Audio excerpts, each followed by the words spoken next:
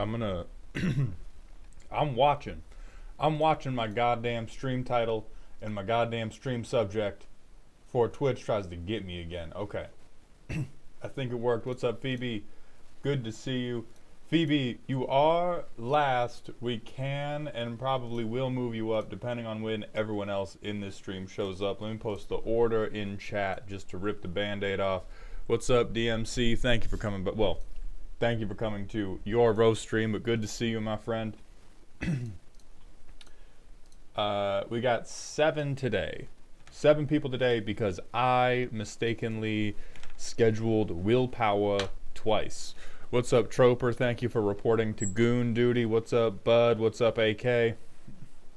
My deck is boring AF. I don't mind going last. Okay, well, the boredom of your deck has nothing to do with the placement. Leave that. Hey, leave the shaming for your deck to me. Don't pre-shame yourself. That robs me of the dopamine I get by making your day worse. Okay? Don't do that. Let me pour my Irish cream breve into this secondary mug so that I can then keep it warm. Yeah, leave the shame for the goons. Okay? Let the gooning be the shameful part. Phoebe, let's try it this way. Phoebe, what are you doing tomorrow? Could you do tomorrow sometime between 12 and 4?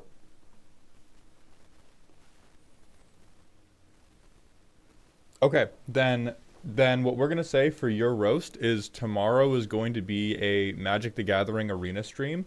When you show up, you tell me when, and we will do your roast. One of the reasons that I've been so slow to reschedule the makeup roasts is I'm finding that I'm starting to really like cap out on the number of decks I can do effectively and well at around 6 to 8 every stream. And so there's a lot of mental resistance to scheduling like 9 or 10 roasts in a single stream. And so let's just try. We're just gonna fucking throw you in wild style on a Monday or Tuesday stream. Maldhound, you gregarious Goonosaurus Dex, how's your day? My day is going pretty goddamn well, made even better by Mr. Rogers hitting me with that tier 1 Twitch sub for 4 months in a row. Goon Squad number 11 reporting in. Good to see you, my friend. Welcome back to the dog home. Hey man, love your videos. Recently got back into the hobby after not playing since Aether Revolt. Your videos have been amazing to binge. Thank you so much, Duke. I'm very glad you think so.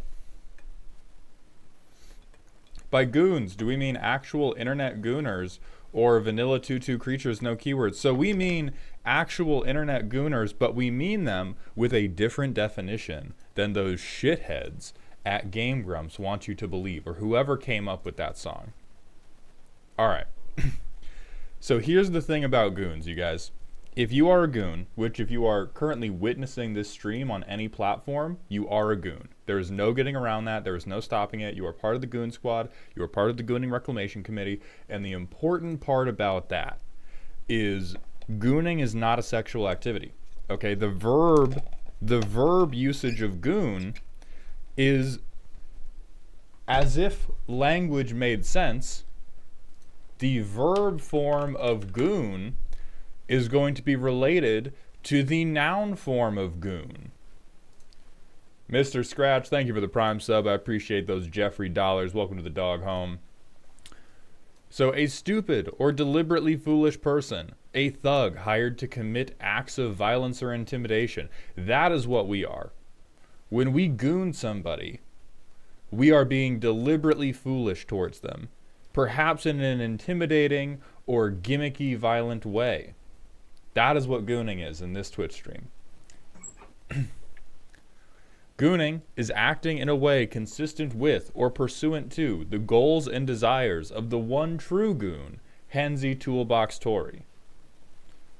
Pokemaster2255, thank you for the Twitch follow. Welcome to the doghouse. And Beefcake Emperor, thank you for gifting 5 tier 1 subs. Welcome to Dog Heaven, and thank you for kicking off that hype train.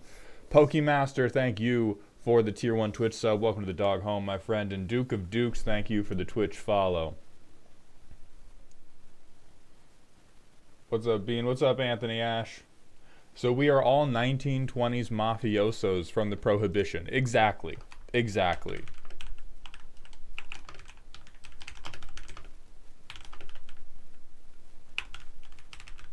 That is what you are when you are on goon duty. Dungeon Masters Consortiums, thank you for gifting 5 additional Tier 1 Twitch subs. You joined Beefcake Emperor in Dog Heaven. I appreciate that generosity very much. I goon my wife every day. See, Martin, that's something where the old definition you'd probably be fine, and now I'm a little worried. I eat chalk. Thank you for the Twitch follow. Welcome to the Doghouse. Raven, I'm doing pretty goddamn good. Do we also have to talk with a Brooklyn accent? You have to try. You don't have to keep doing it if it's bad, but you have to try.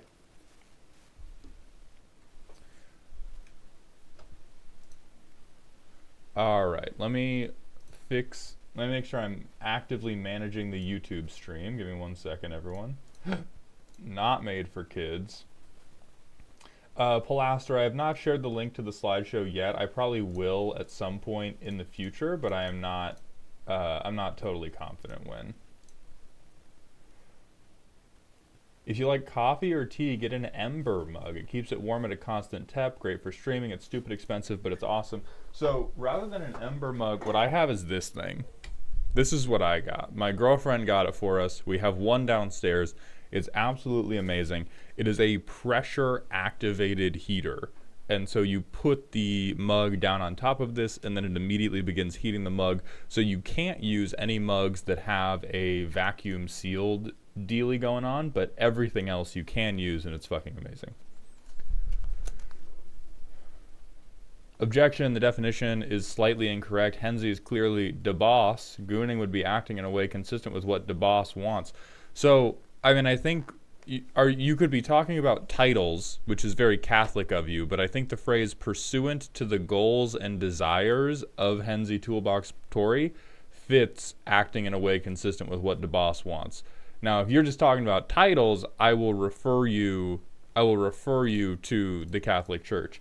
He's not a goon, he's de boss. You think the greatest goon in history, the goon who was so good at gooning that he ascended to his holy seat, you think he's not still gooning up there in heaven? That sounds a little Martin Luther of you, Troper. I just want to know if we got to put you on a watch list or something.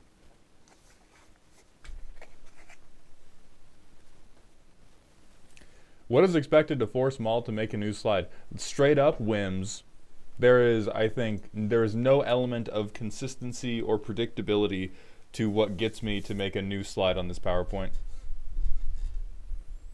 Doesn't Henzi work for Zayatora, though? She's the boss of the Riveteers. That is what Zayatora wants you to think, Alec, man. You've fallen for propaganda. What's up, Benisatrix? Thank you for coming to the Twitch stream. Or the YouTube stream. Whatever. White Bread, thank you for the Tier 1 Twitch sub for the 6th month in a row, the half-year anniversary. Welcome back to the Dog Home. And Dark, thank you for gifting a sub to Bean. Welcome to Dog Heaven, Dark.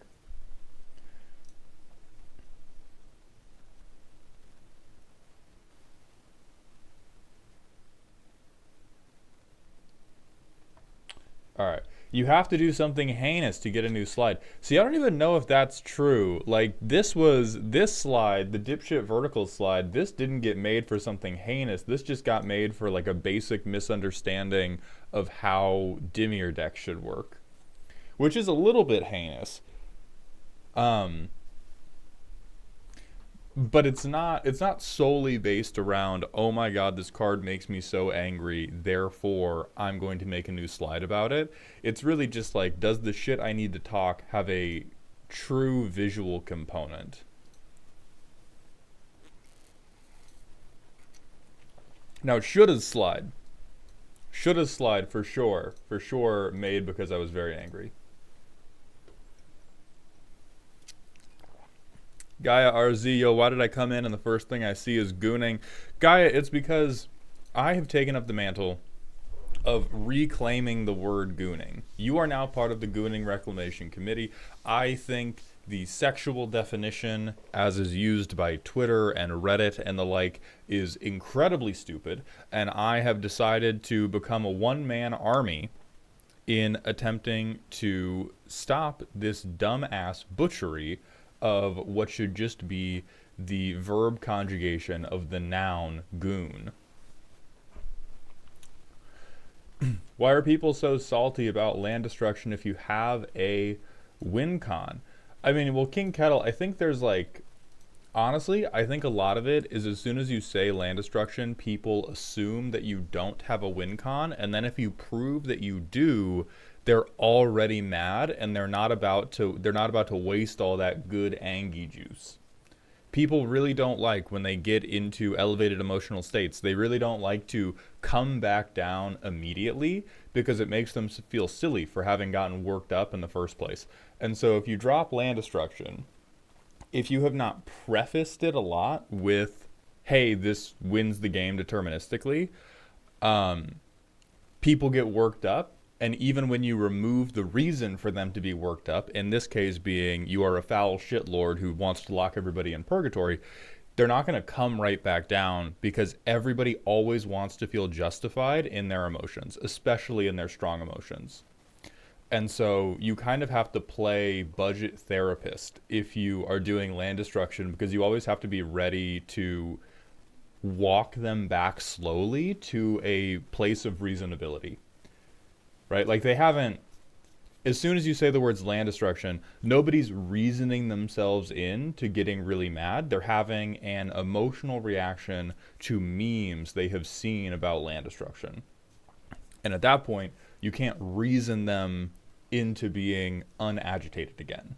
You have to be like, oh, I know land destruction is so bullshit. That's why I built this very concise combo that just means the game is over and we get to shuffle up and play again. And you don't have to sit there with one land. That, God, I fucking hate those people. Like the thing, one of the kind of funny tricks for helping an angry person calm down is you either have to go incredibly relaxed. You have to really channel your Attenborough voice and you have to bring it down for them. Or you have to get really mad, but you have to get really mad on their behalf. And if you get really mad on their behalf, then suddenly you are a team of pissed off people. And with land destruction, you just got to be mad at the other people who play land destruction wrong. And then, Maul, if you were a Muppet, who would you be? Grimace. I don't know if he's a Muppet, but that's it. Or the Cookie Monster. But you know how that word would change. I'm sorry I did that face. Hey Mauled, question for you. You once said about life gain, I hate the entire mechanic. Why though? Shouldn't cards that give you back life exist, both from a mechanical perspective and in the fiction of the game? After all, it'd be a little bit weird if there were no spells or abilities that could heal or protect yourself in universe. Maybe I'm generalizing, but it's been nagging at me since I heard it. Well, first point, Alec man, fiction of the game's dead. You read any Universes Beyond? Get fucked. There's no fiction now. Alright, we've been fucked since Planeswalkers. We doing Mario Kart now. Buckle up, buddy. Honk honk. With respect to the mechanic, what I dislike about life gain, rather than just gain one life, see red, bodies hit the floor, Kyle type shit. What I dislike about it is life gain is very similar to landfall in the sense that it is one of the easiest value loops to turn into an Ouroboros of never actually doing anything.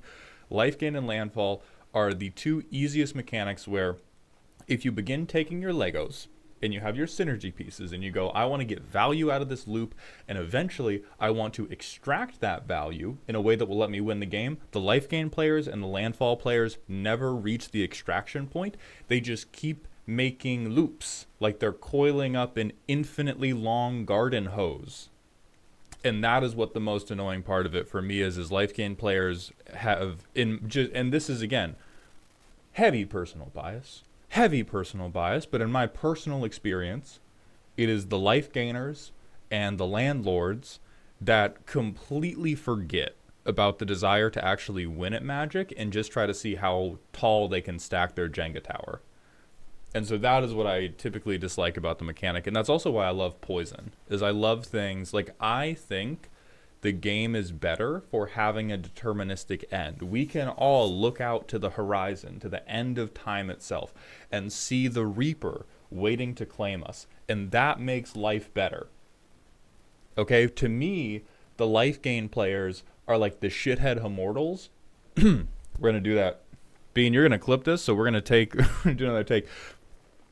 To me, the life gain players are like the shithead immortals in every universe that do not have a plan for dementia.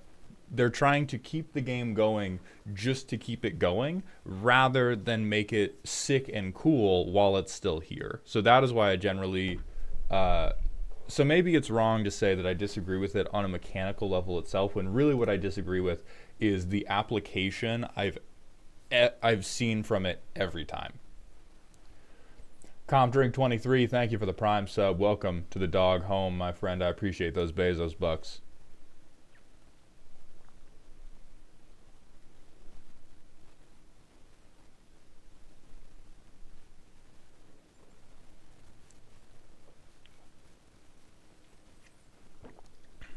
So, Raven, you're trying to sell me on Zyra the Golden Sting to go with Henzi.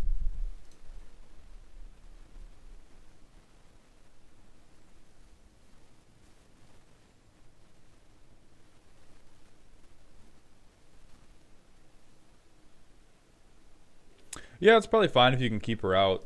My typical...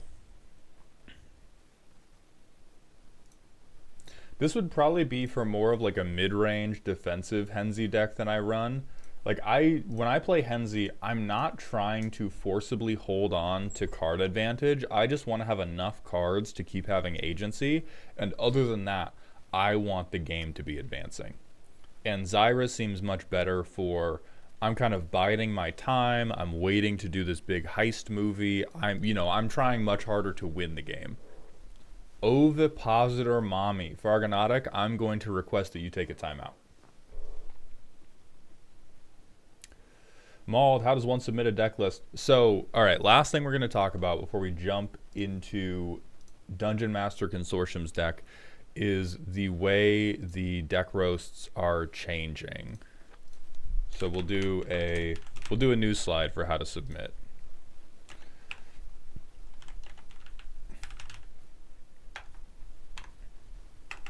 Okay, clearly this was meant to be dashes.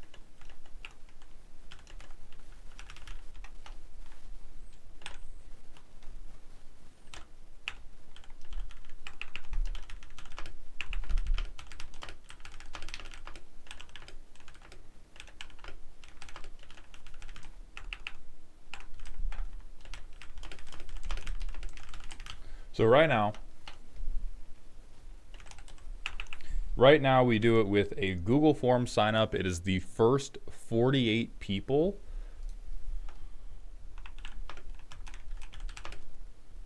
It is first come, first serve. If you are on the $25 or $50 tier of my Patreon, you get to try to sign up for this. And if you heard that, don't sign up because we're changing it. Because it's been confusing and people are not getting outright angry yet, but I can feel the growing seeds of discontent with the, as Menlo puts it, Patreon musical chairs that's going on. So what it's going to change to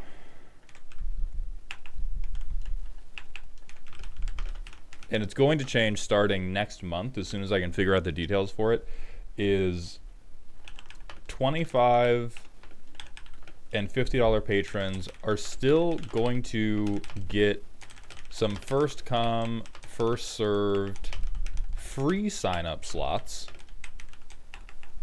I'm not sure sleuths. I'm not sure exactly how many this is going to be, but it's probably going to be 20 to 24.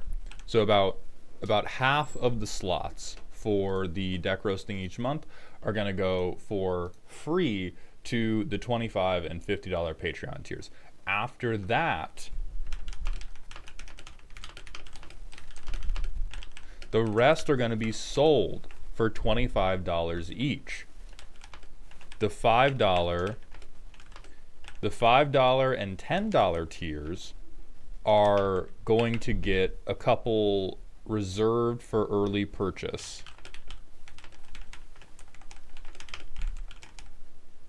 Some number, probably another like 8 to 12. And then this is going to leave 8 to 12. Anyone can buy them. They're either going to be on my Patreon shop, but I may be moving platforms. Patreon does not have the tools to let me sell this the way that I want to. And there are other platforms that do. And so an important note,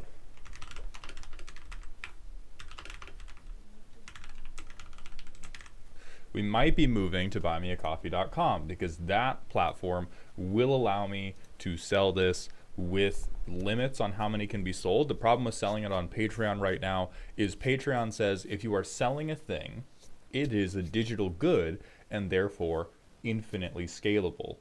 But for me, it's not because I'm selling my time. And so the structure is probably going to be 8 to 12 roasts. 8 to 12 roasts anyone in the world can buy, but it's going to be who are the first 12 people who buy it every month. 8 to 12, the $5 and $10 membership tiers are going to get an earlier opportunity to purchase it for $25 each, but if none of them do, they'll roll down to the 8 to 12 tier. And then the $25 and $50 tiers, so the people that are already paying for their membership more than the price of a roast, there will be 20 to 24 free slots they can try to sign up for. But if you miss these,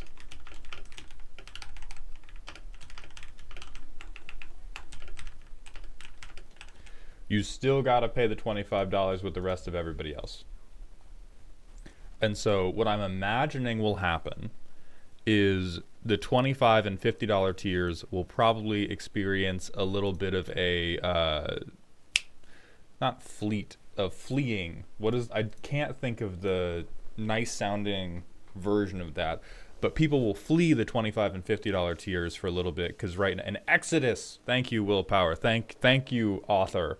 We will experience an exodus of the $25 and $50 tiers from the people who are just in these tiers to play roast musical chairs, and I am okay with that. I will lose a little bit of money, but I would rather lose a little bit of money than try to string people along over taking $25 from them. I am not Blizzard Entertainment. Is that platform bot proof? If there's enough demand, there might be a scalper market. So when you purchase it, it's not like a voucher. You have to go through a Google form and sign up, and you have to do it when you purchase it. And so if I think the audience for this will be small enough that I will be able to manually deduce whether or not people are attempting to scalp this, which very flattering. You think people are going to scalp it. But also remember, people, I got to go full-time in content creation. I worked for 5 years in the financial fraud industry. I will straight up get you. Most of what I did was manually go through a bunch of information to try to detect people committing various types of fraud. Scalping is not one of my existing specialties, but it will not be that difficult to identify, and I will just ban you. Bonus mauled content, and it's just him catching scalpers. So let's spin the block on a couple of these other questions. Mauled, what's my highest Patreon tier price? So right now, the highest price is 50.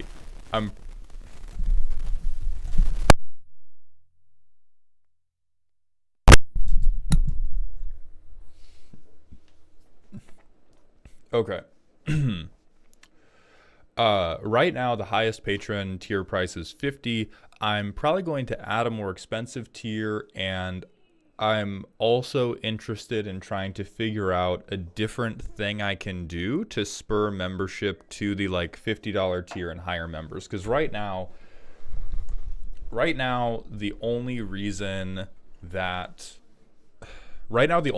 for anyone to sign up for the $50 tier is if they want a verbal shout out at the beginning of videos, which I think is nice.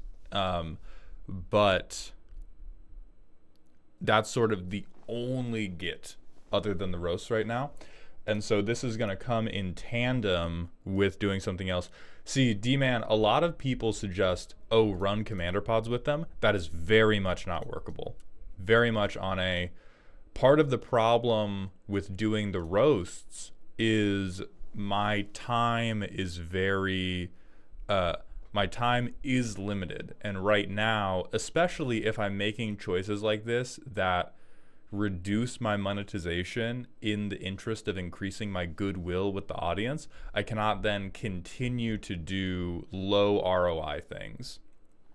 And so doing commander pods with patrons, both when I think about it myself and when I've talked to other people that have successful Patreons in the space, doing things like either one-on-one or three-on-one gaming sessions with your patrons, very, very difficult to scale, or I need to make it very expensive.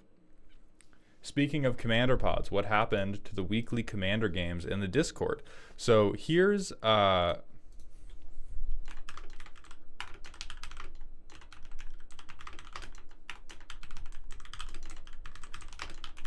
So I'm sorry, Beholder, this is probably... So, all right, everyone buckle up. This is going to be the beginning of the new lecture hall series. I'm going to talk you through all of the ins and outs and nuances of what it's like to stream commander games, whether on Spell Table or on Cockatrice.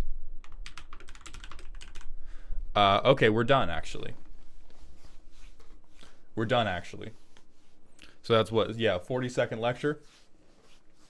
40-second lecture. Class is over. The problem with the weekly commander games is it was good for engagement with the community. However, nobody watches that shit. The people that do watch don't chat as much. It is more difficult to cut compelling content from it. And so, like, Bean, my mod, is in here. He's on, like, fucking clip duty right now. Like most of the chat engagement is backseating, which I'm fine with because I'm bad at most games. I appreciate chat backseating me, but they're also backseating me like 20 seconds in the past, because even if I try to stream with no delay, there's always some sort of innate delay. And so the chat backseating, I either have to play abysmally slowly, or chat is backseating me about turns I've already taken. And then I also have to manage constantly changing which audio sources are on so that I can go in between managing the game and managing chat.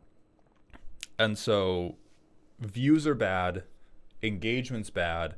We have to spend way more time trying to make sure that the Rule Zero conversation is on brand, because some people have the very natural desire to go, oh, I'm going to be on a streamed game. I want to make sure my deck does something. I'm going to bring a deck that I know does something. And the thing is a violation of the Geneva Convention. And so it's not, and it never seemed malicious. It never seemed malicious, but there were plenty of times where we got decks where it was just way too fucking good. It was just way too fucking good for the type of thing we were trying to do. And so those are still going to get replaced by some type of community engagement activity, but it's like never going to be community commander games. I hate that shit. Every 2 months, I get sympathetic enough that when my friends or new content creators ask me, hey, will you play in this Spell Table game with me? I'll be sympathetic enough that I'm like, yeah, I'll do that. This is like for a good cause. It's for charity. You're just coming up on Twitch and I want to help. And then I do it. And every time the game ends, I close out of the Discord call. Here, live. Hold on. Let's see if OBS is doing this right. Don't pay no attention to the chroma key failing to function on this part of my wall, but this is live footage of me finishing every Spell Table game ever. I had a great time, you guys. Anyway, you guys know where to find me. I'm Maldhound. Have a good one. Stay toxic. Good night. And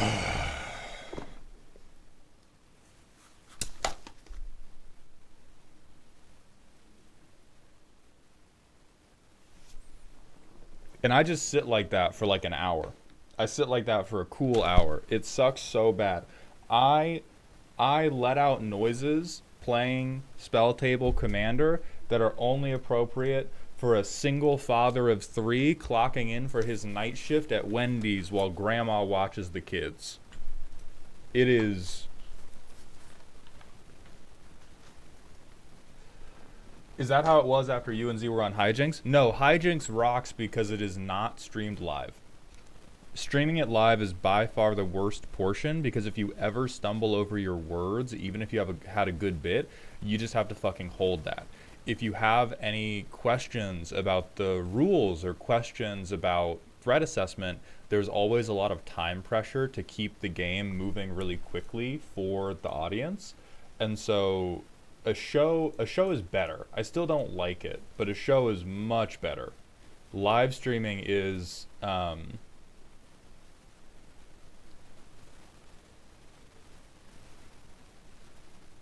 it's just awful. And like I've at cons, I'll play Commander. I've had days where I play Commander for like 10 hours straight and I am not as tired as I am not as tired in my soul as I am. What are we talking about static again?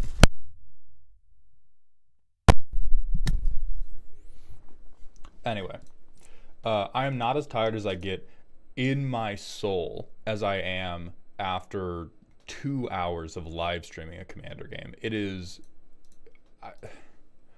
like, shout out to everybody who's trying to grind it. I cannot fathom trying to do that on a regular basis because it is just so mentally exhausting for so little reward. So so basically, so that is the yeah, Willpower, I did just schedule you twice, so you're not going to have a deck go today, and I apologize for that.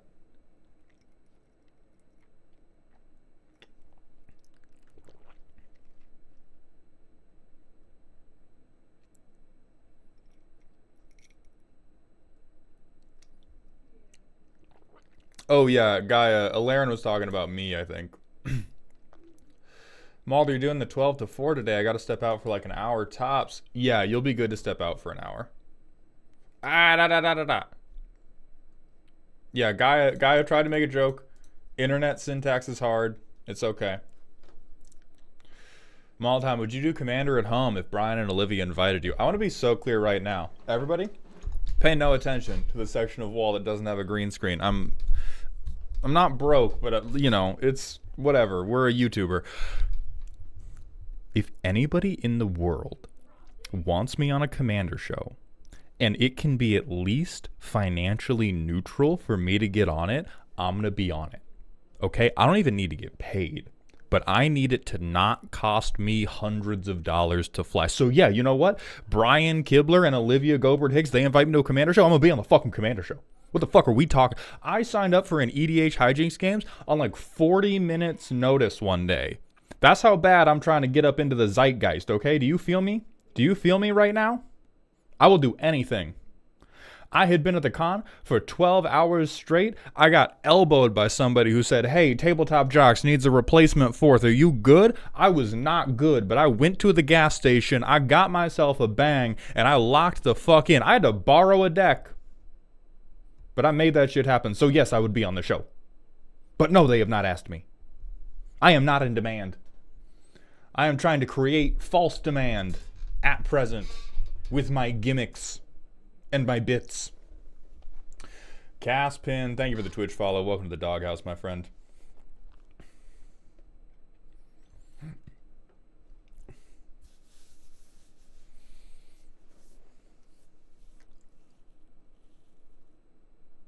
Bacon Boy, how do you get your deck roasted? So we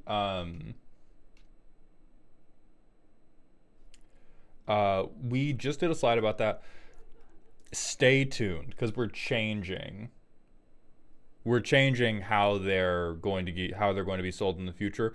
Probably. So every month there's going to be 8 to 12 that you can purchase from a third-party website that I'll be sharing later.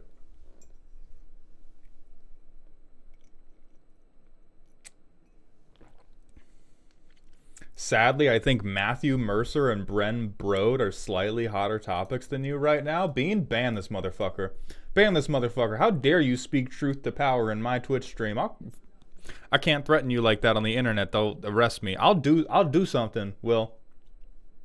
I'll do something. You like them toenails? How do you feel about your ossicles, Will? You feel safe and secure in the current status of your ossicles? Are they dry enough for you? Because they're about to get moist. I will moisten your ossicles right fucking now, dude. You take that shit back. Who is Ben Brode? I literally do not know. Have you considered a stream command that will post your talk about how to get a deck roasted for when people ask? So weirdest, we have one, but now it is defunct because I have not updated it. I have not updated it to reflect the new method. We have one right now that just spams the sign up for the Patreon message, but now that's no longer, it's no longer how you do it. Oh, thank you, Randy. I appreciate that. He made Marvel Rivals. Okay, therefore he is my greatest foe. Oh, this guy. Yeah, I've seen him on phone ads. Okay, that makes sense.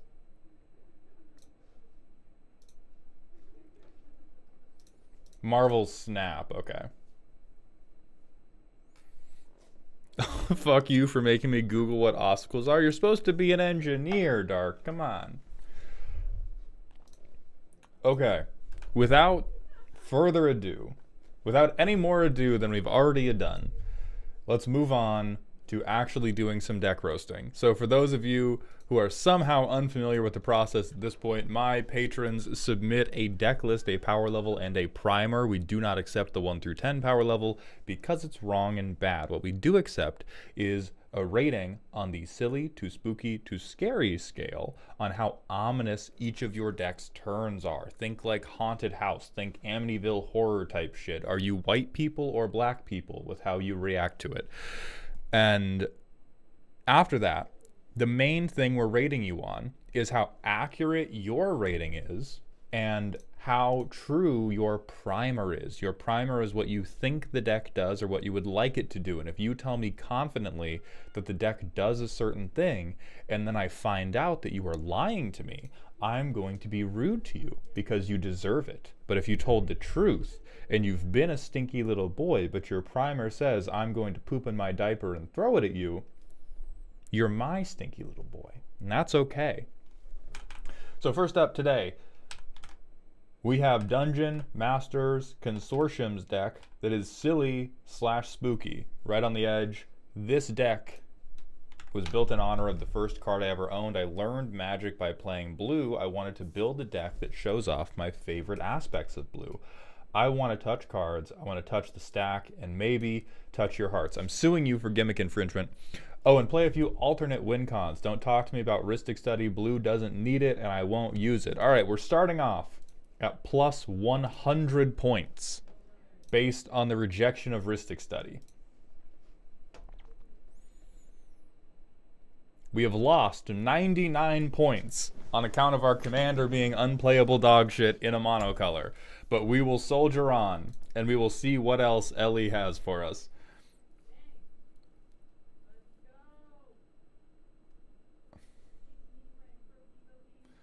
Malketh Torona, thank you for the Prime sub. Welcome to the dog home, my friend. I appreciate those Bezos bucks. All right. So this man, listen, this man is fun as fuck. 6 mana in mono blue. You are playing him into a wasteland. Like you have to be, we're going to look at your blue ramp sucks. Let's be real. The 7 right here tells me all that I need to know. You're going to be playing this man into a post-apocalyptic wasteland. He is not coming to play commander. He is climbing out of a fucking Fallout vault and getting murdered by a Deathclaw that has been there for 5 years. Dr. Spectre, thank you for the Prime sub, my friend. Welcome to the dog home. I appreciate those Bezos bucks. Addiction enabling. Okay, so we're all right, so we're gonna do 6 mana Risticker study. I do like this. I do like, hey, I'm doing a dumb thing. I'm gonna double down on my dumb thing. This deck can win though. Yeah, Chasm Skulker's crazy. This card is disgusting. Somebody asked me in the Discord what my favorite flavor text is, and I don't know what it was, because my new favorite flavor text is Homunculus Horde. To whoever left their homunculus experiment unattended, you will not be penalized if you come forward and tell us how to make it stop. That's my favorite shit ever. Danny UG, thank you for the Prime sub. Welcome to the dog home, my friend. I appreciate those Bezos bucks. 4 mana 2/2, but we're going to copy it over and over and over. All right, fuck you. We're down to negative 100 points now. I mean, honestly, if you get there through Arcanus, that's fine. You deserve it. He ain't bald though. That doesn't matter. Listen, being bald is an entirely separate moral disqualifier from being a planeswalker. It's both. It's not an and statement. It's not you have to be bald or you have to be a planeswalker. Or it's not you have to be bald, you have to be a planeswalker and you have to be bald. It's you have to be bald or you have to be a planeswalker. Either of those disqualifies you from the gates of heaven. Protect my 6-drop. Yeah, okay. Pemin's Aura is actually probably the best. On-demand Shroud. Well, other than the Tims. These are fun. Hey. I respect doing a bunch of mass bounce that isn't Cyclonic Rift. Let them know that we have more things they can hate. There are more reasons to hate us than the obvious one. You do have the Honda Civic engine, which is important. Cardboard searching. At the beginning of each end step, if you drew 2 or more cards this turn, you may put a quest counter on Archmage Ascension. As long as Archmage Ascension has 6 or more quest counters on it, if you would draw, you may instead search your library, put that card into your hand, then shuffle your So, pay no attention to me putting this in every deck I play from now until the day I die. I do want to know is this your playmat? When you play the game, are you just laying it out there for him? Just like, get me.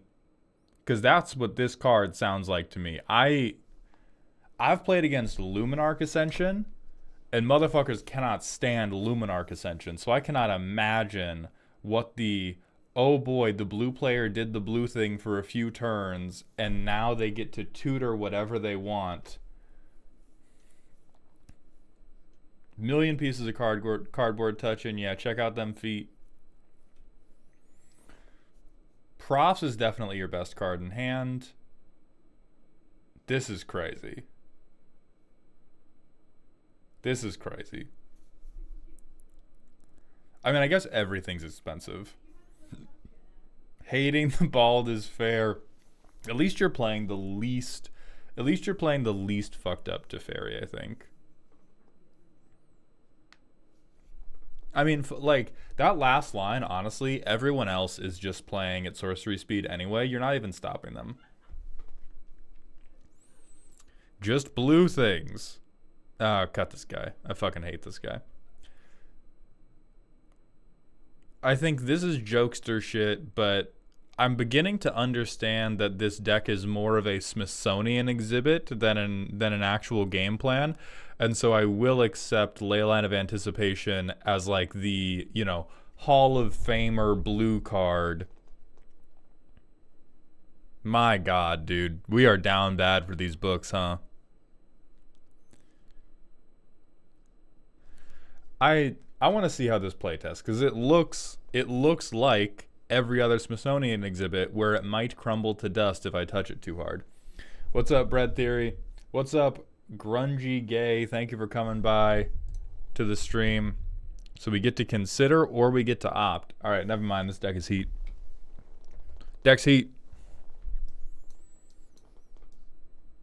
We're going to keep that on top. We will Effetto on our Alchemist. So Mage's Guile, which is kind of whatever. We will ramp. We will look at somebody's fingies.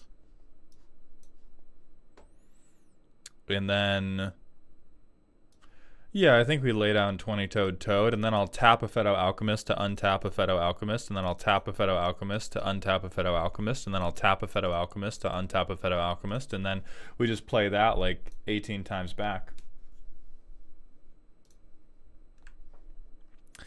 So we have Labman. We can opt scry 1.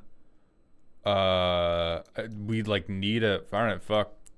We're gonna mana drain something because we're bad people. We're gonna mana drain something, and then that mana is gonna be used to pay for Arcanus. Why are you playing Reliquary Tower? Because we just needed a land, and now we're going to draw hopefully 6 cards a turn. We almost definitely will have to use Mage's Guile over the course of this turn rotation.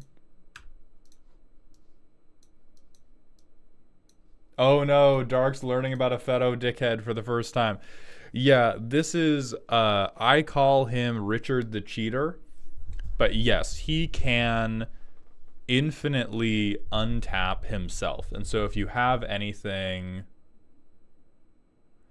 if you have anything that benefits from untapping infinitely, then, or, you know, tap effect, untap effect, just fucking...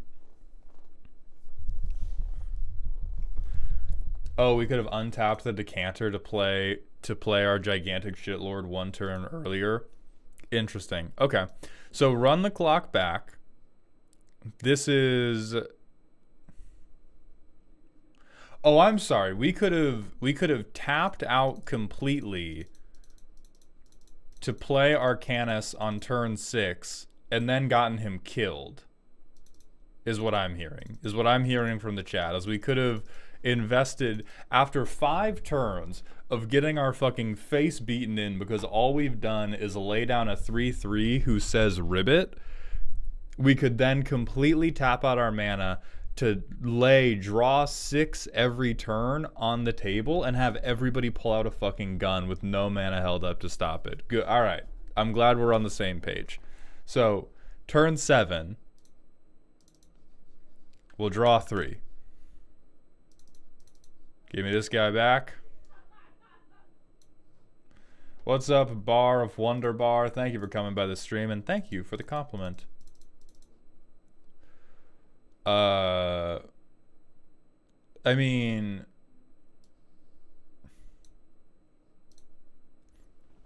you're not doing anything else. There's a big difference between not doing anything and tapping out to do something bad in terms of the threat assessment in Commander, which as a prolific blue player, I am very well aware of what happens when you tap out to do something bad. The word draw a card is so ridiculous. You know what? Yeah, spoiler alert for the Commander that's getting roasted today. So this guy, this roast is getting published today. The game rates card draw so highly that it says these two things are equivalent. It says drawing some number of cards to get as many cards of another player is as equally dangerous as putting any creature card onto the battlefield because you didn't draw cards. Draw 3, free King Kong, same level of efficacy, according to Wizards of the Coast. And so if we tap out to play Arcanus and then just get shot, we're straight up out of the game. Whereas otherwise, we can at least try to little bean a little bit. Like, I don't even know if... Like, Psychosis Crawler here feels like a trap, because the most of what we can do is, haha, you all take 3.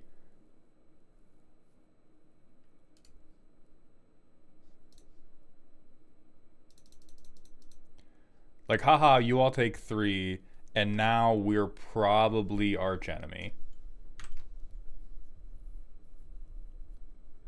We have turn aside. Alright, we'll do 5 mana for the Archmage of Runes. And then we'll do the decanter thing, because I'm going to hold up 1 mana for turn aside, because something on our board is getting murdered. So this guy's an 8/8 now. Everyone takes 3 more damage.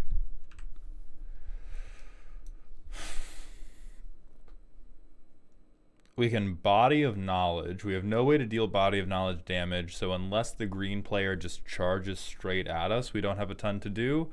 How close are we on Labman? We have 71 cards to go. Fuck yeah. But we have 2 untappers now.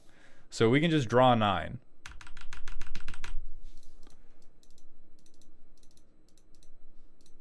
What do we got? What do we got for our draw 9?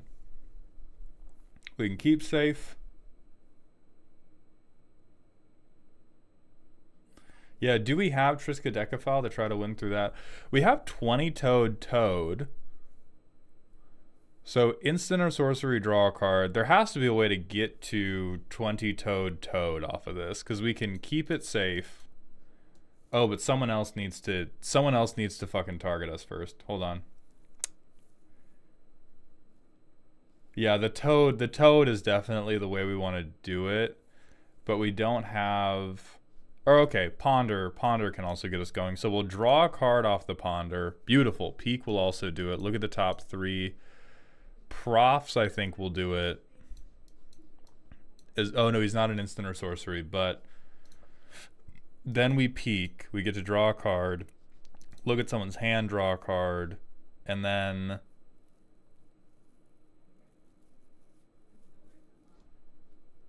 we squelch, and then we draw, and then we move to combat, and we win with 20-toed Toad.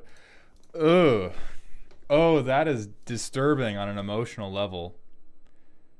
DMC, we were doing it off of Archmage draws. So we were not free. We were only going card positive because of the Archmage of Runes draws. Because otherwise, these guys just replace themselves. Oh, but we have nothing. We have no activated abilities to squelch. You know what? Somebody did an activated ability. Somebody did something that we could counterspell, and we get to draw a card. Fuck you, we win, we shoot you. Oh,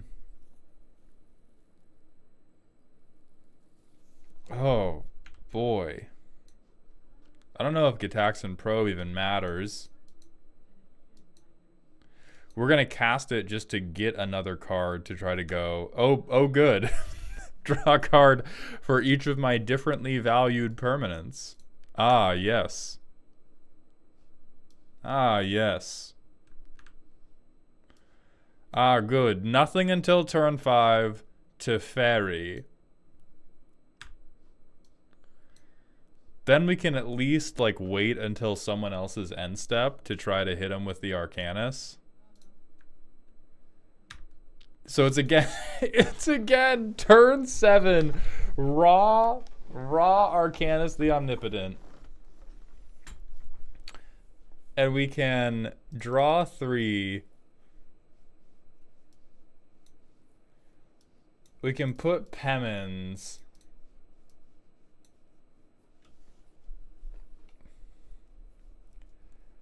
And then we wait until we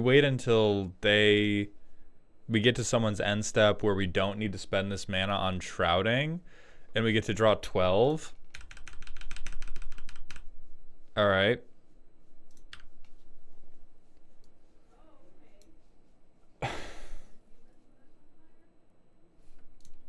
This might be the most blue deck ever. Derogatory. Fully derogatory. This is disgusting. You're sitting in the corner playing with, like, just a warm bag of piss, and then you wait 8 turns and you throw it at the table. Archmage Ascension is whatever. Who even cares about Leyline? This deck could just be an essay titled, "This is why you don't roll dice to determine who you hit turn 1." This is like this is the pinnacle of you have to be biased when you pick early combat damage decks, because this deck straight up hangs out. Both playtests, it was 6 or 7 turns of straight up, I hang out, and then if you don't kill my commander the moment I play it, I win.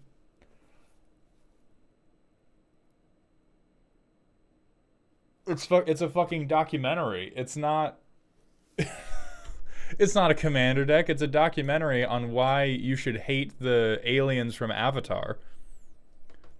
We're putting you on the...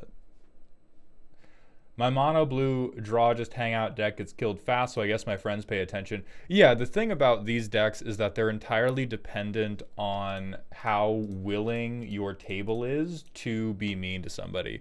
I'm a big, like, if you ever... I'm not going to be a dick to you about it, but if you ever roll a die to determine who you swing at, I immediately think very poorly of that decision.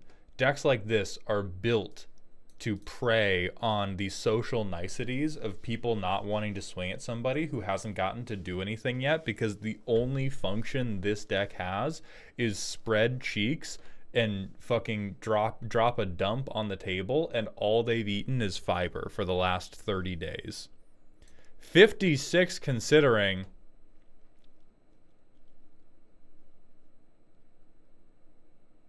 So, all right. Consortium, let me be frank with you. It's very difficult to talk about what we want to add from a considering standpoint, because the entire deck is predicated upon you having a restraining order against everyone at your table. The deck as it stands only functions because you are either so socially convincing that you can little bean, or your pods are so full of head empty green players that they don't even look at you because they saw an orca whale 3 miles away and they want to fight it for dominance. And so in terms of like, oh, what could we add from considering, very little of it matters, because if the deck is currently working with a game plan of I don't have to do anything for 7 turns and then I get to assemble Exodia, you cannot improve that.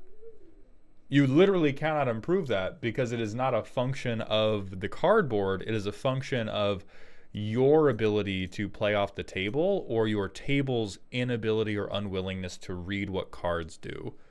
And I cannot, it's difficult to...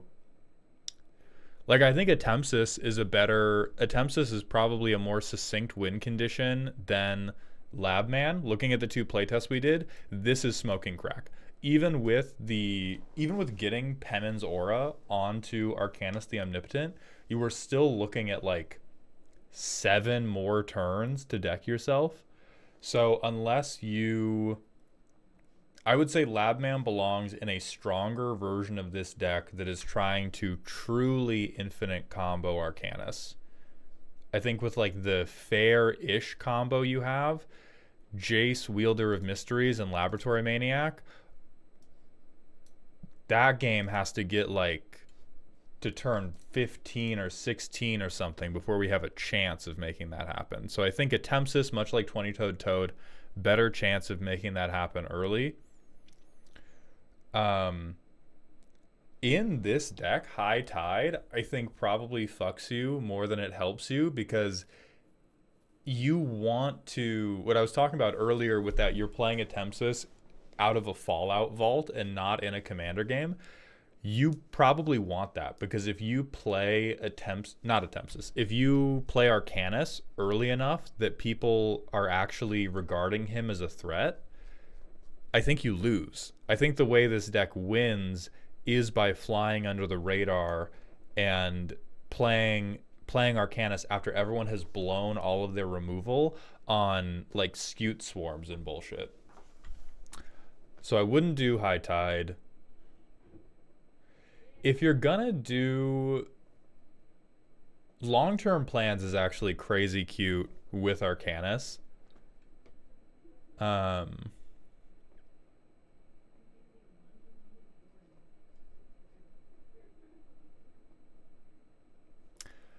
I think most of what you need is probably more rocks. Like there's a lot of like Mindbreak Trap, you are being a jokester. You opened this from Thunder Junction and it's very cool that you did, but you are being a jokester.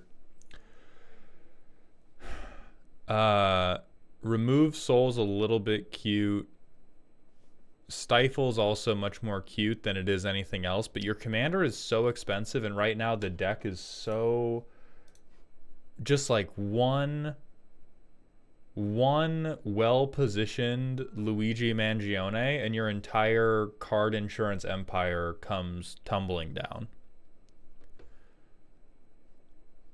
Now, if you resolve Arcanus and you resolve Chasm Skulker or Homunculus Horde or Triskaidekaphile, like any of these 4 cards, Chasm Skulker, Horde, Triskaidekaphile, 20-toed Toad, I do believe that the deck puts up a pretty good fight.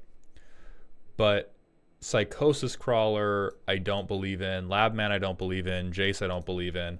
Unless there are more ways to make this like truly multiplicative. Like, you know how I would believe in these 3 win cons? If you made some of your card touching wheels.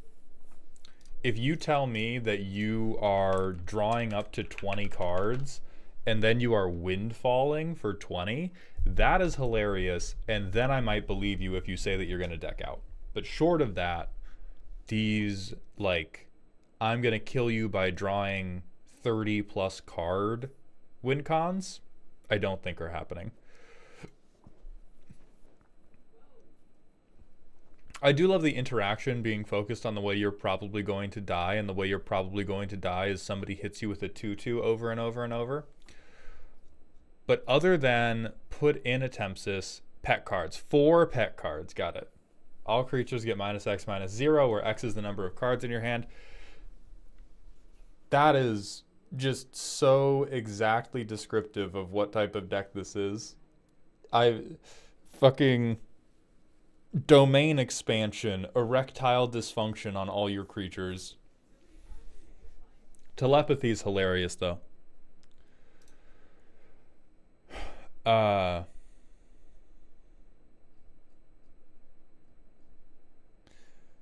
Maybe a better way to put this is this deck currently seems like it is caught between cantripping and ramping into extremely expensive blue spells.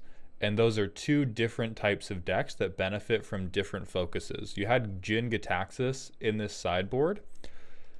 Your curve has 1 foot in the realm of I'm going to skip my first 3 turns to ramp and then I'm going to go crazy, and is half in the realm of I am playing mono blue tempo. And this cannot play mono blue tempo because the tempo of this deck is the saxophone that plays behind a fat man whenever he walks cartoonishly down a busy street.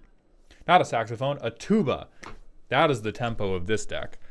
And you should either meet yourself where you are at, or Arcanus should be this like incidental thing on top. Moonstalker, thank you for the 50-bit cheer. I finished the first version of the Marchesa Dealer of Death Commander deck I mentioned a while back. It's not quite Group Hug yet, but definitely Politics. My first one even. Gotta go, but thanks for being here. Perfect, Moonstalker. I'm glad to hear it. Hilarious because I'm a tuba player. Fucking perfect. So I would...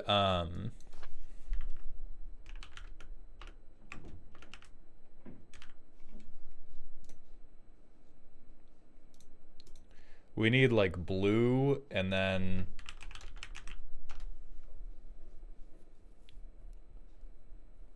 how in God's name is Agent of Treachery tagged ramp?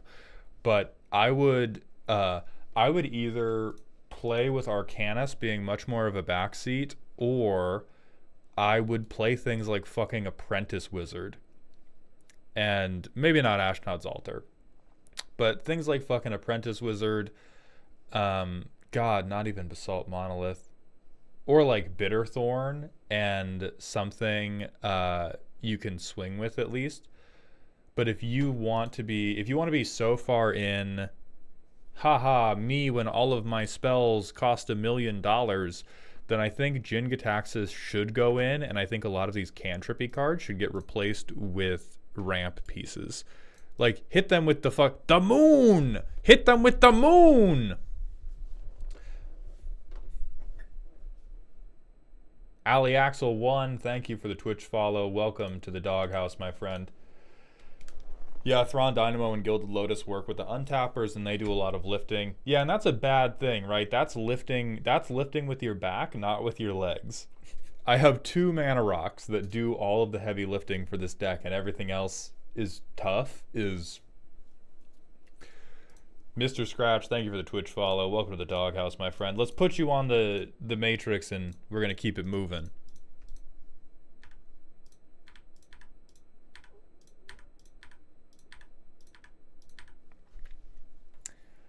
I think you are multiple decks in a trench coat. I think there's other stuff wrong with you for sure. I don't want to imply that this is the only thing you need to seek therapy for, but I think the biggest disconnect on the deck is that it is not its only premise is blue, bottom beat bottom beat 'em, and it has not decided whether it wants to be blue tempo or whether it wants to be blue but actually kind of green. Natre, they could put in Mesmeric Orb if they wanted to be disgusting, but then the deck would probably be too powerful. That would probably make the deck silly/scary, which if your deck is silly/scary, you need to seek help. That is like the worst place to be in terms of power.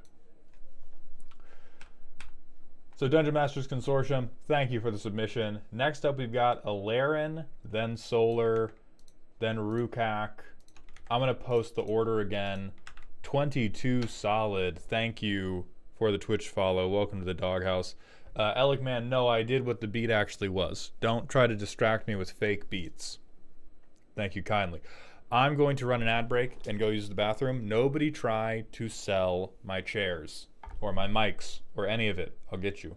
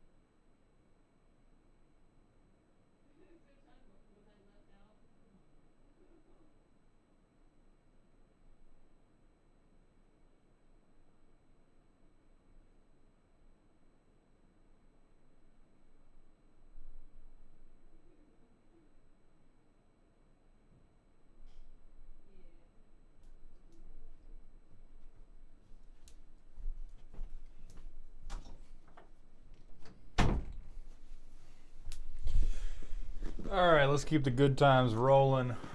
Mocha Kavesi, thank you for the Twitch follow. Welcome to the doghouse, my friend. What do we got? 70 cents for the mug. This mug was like $10. Come on.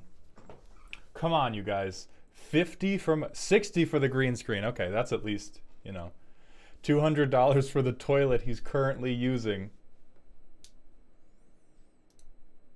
Okay, and Ilairen's here. I bought the rest of your hair for $9. You can't have it, Nephris. I need it. I need it. Supplies are low. Okay, we're moving on to Ilairen's deck, which is Spooky. I built this deck from a pre-con, decided to try and keep the original Spirits sub-theme as best I could while still being an effective Rhoda/Timon deck. The deck does work well when it's control aspects, but struggles to win games, as it has a hard time pushing damage through or keeping Rhoda long enough to force the issue. Troper and I realized we basically had the same deck, so the plan is to have them roasted back to back, but this'll do. Okay, horrifying. Scratch, thank you for coming by the stream, my friend. I will stay gooning for you. Ever get that feeling of deja vu?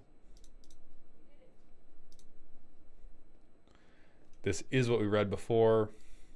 Total claw rating of 18 snips out of 25. See the tags?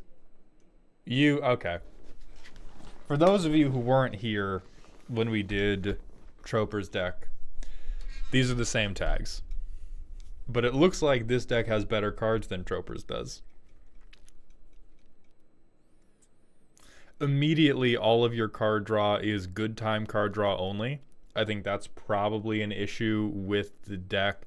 You are actually playing opposite to our previous deck, which thought it was playing tempo, but was actually playing mono green but mono blue. You are playing tempo. You want to, but with really expensive commanders for it. Like, you want to be getting damage through as quickly as possible, and that means that your curve out needs to be really responsible. And all of these cards only draw you cards when good times are happening, which is definitely your biggest problem. Like, Descendant of...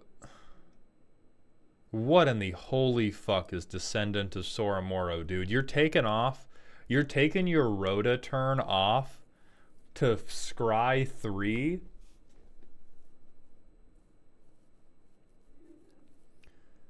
Like Verity Circle and Charade you probably keep just because they work so well with the theme of the deck. Gadwick, I believe.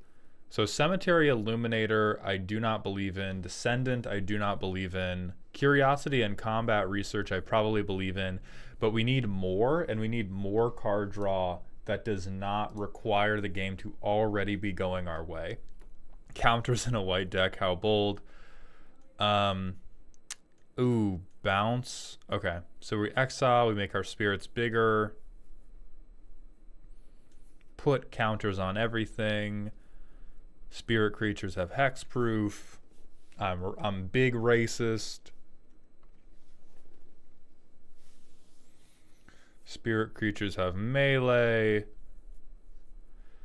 I'll tell you now, it is gonna be tough to keep to the spirits sub theme because spirits are not a very well defined creature type. The best spirits as a creature type fall into the same trap that many of the less loved creature types in Magic fall into, which is their only game plan is I play 4, they all buff each other, now I get to kill you.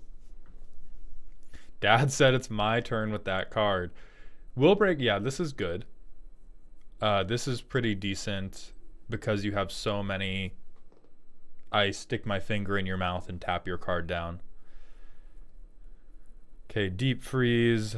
Sure.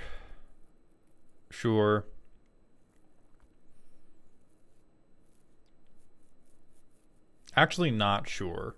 I am less convinced by Niblis of Frost when you only have 16 instants or sorceries in the deck. Mathematically, that comes out to you're probably going to see like 2 instants or sorceries a game, especially with how anemic your card draw section is. And one of them you're probably casting before you put Niblis of Frost on the field. Like, if we think about here, I think is an underrated part of the mana curve when we talk about a deck that really cares about tempo is your curve clogged when you want to be playing your commander. And I would say 12 other spells that are competing with the first commander you want to play is pretty clogged. If we combine 4 and 5, because we have 2, so that's 12, 7. So fully a fifth of our deck wants to interfere with our curve out when the curve out is playing our commanders.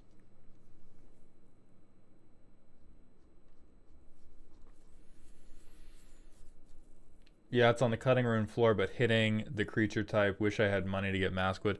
So I guess the question is, why? What is the purpose of holding heavily to the Spirits game plan? That is a necessary thing we have to unpack in therapy before we can make this deck good. Is we can hold to this is going to be a lot of spirits, but we should know why. We should know why.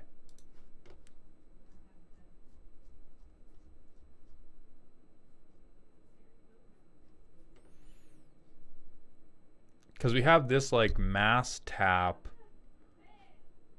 which I guess it is like a good wombo combo with Rhoda. Nebelgast Herald for 1. So have you ever met, like, if you met one really mean Asian person, would you suddenly become racist? I'm guessing the answer is no, and that is the same reason. If this is just one spirit that's really good, that's not a reason to have a spirit sub-theme. Now, if the spirit's really racist, or maybe I spelled it right. Okay. This is a very good spirit. This does not necessitate suddenly becoming a pro-spirit extremist. Typo, it's over. Because we can't build our decks around the basis of what happens if I draw this one card.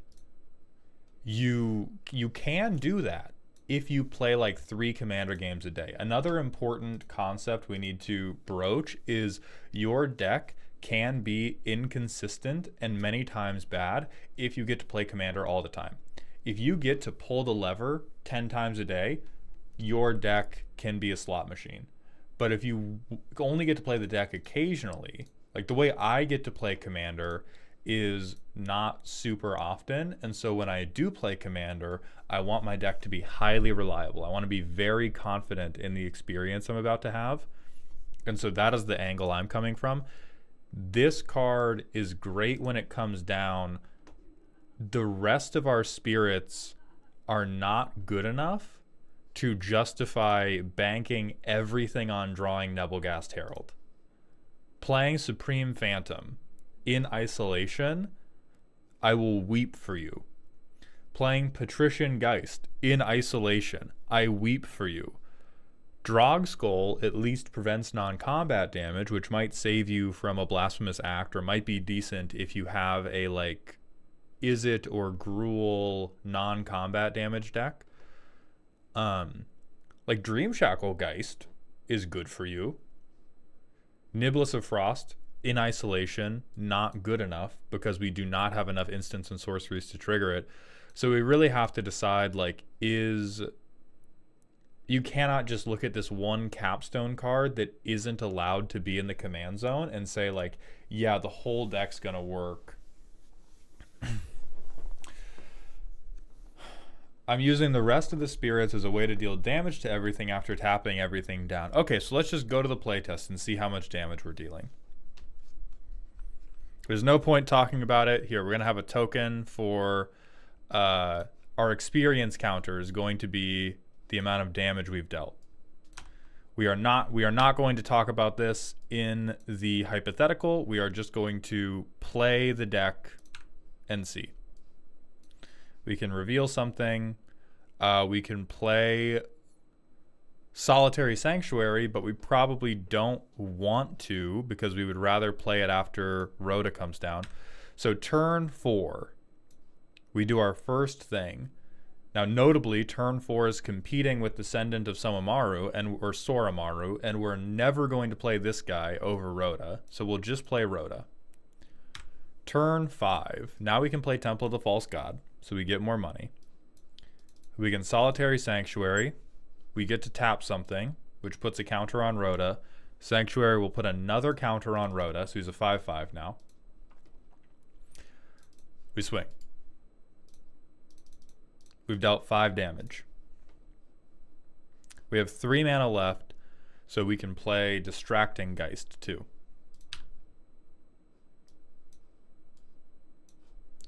We can play Timon, Youthful Geist. We can... Oh, true. This damage wasn't even done by a spirit.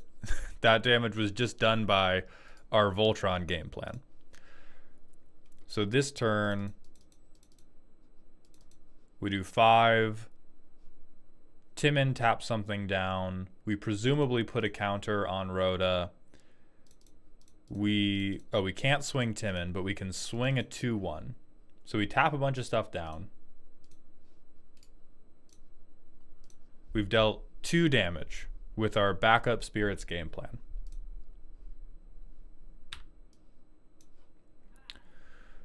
We can play Sentinel of the Eternal Watch, which is very good for the tap down, not as good for the spirit. We'll say...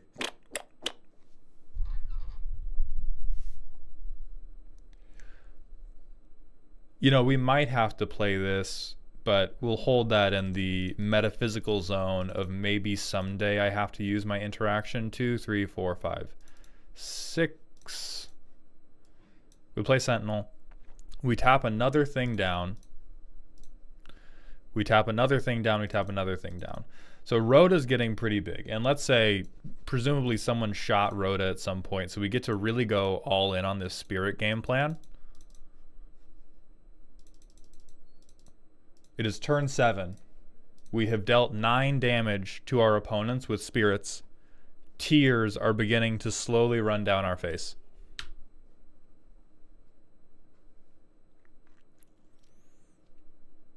Okay, whenever another spirit ETBs. So we play this. Our board's getting big off of Sentinel of the Eternal Watch and Solitary Sanctuary. So maybe, let's say, we have like 3 counters to give out. So look at that. Timon's pretty big. Distracting Geist getting bigger. And move to combat. We'll give this guy another one, this guy another one.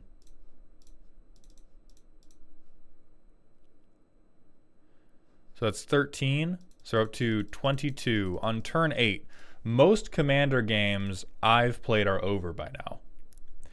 And I want to call supreme attention to the fact that these spirits are not the ones creating the damage on board. Solitary Sanctuary is the only thing creating damage on board. This guy, Mausoleum Wanderer, best case scenario, is going to become a fucking 2/2. And so if we take Solitary Sanctuary away, and your spirits do not get all of these 1/1 counters from Sentinel of the Eternal Watch, you would be down to like 8 turns in. I've dealt less than 20 damage with my spirits. And we do it again.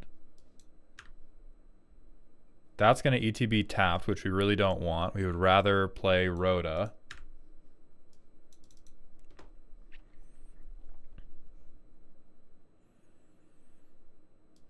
We get to tap something, which puts a counter on and lets us draw. Pretty hot.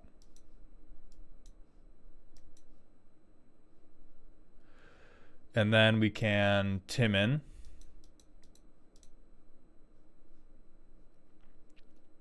And then we draw a card, put a counter on Rhoda.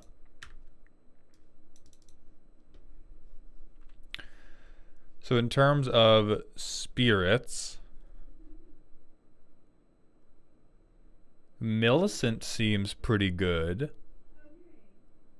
But Millicent also seems like another one of those cards where we can't swing with her this turn. We get to draw a card and put a counter on Rhoda.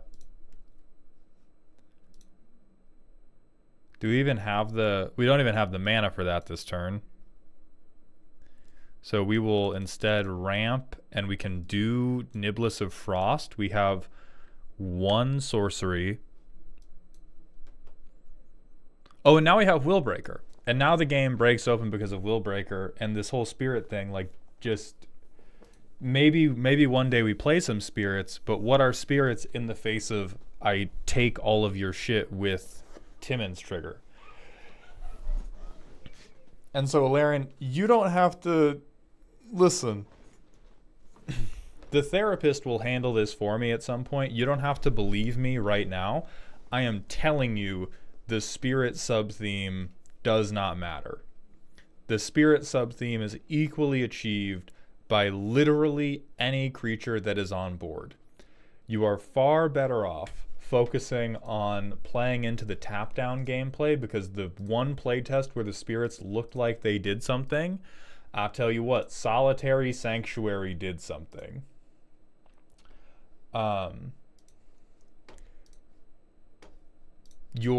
spirit game plan is entirely on the back of Nebelgast Herald, and even then, the spirit game plan isn't that good of a game plan in and of itself. It just really turns on the Rhoda game plan.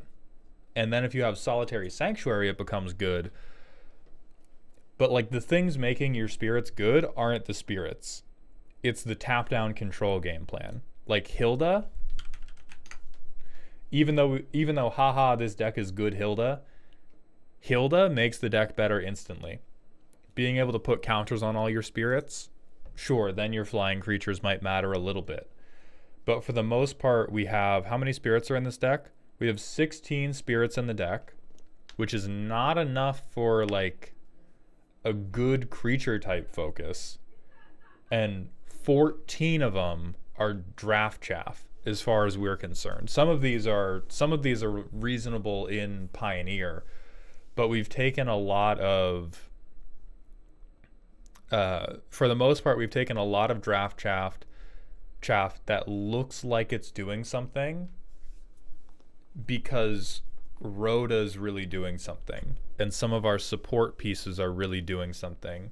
Or if we get Cathar's Crusade, then it's really doing something. But overwhelmingly, the spirit game plan is just making the deck unfocused, because most of the spirits don't do that much. 23 instances of nuh-uh.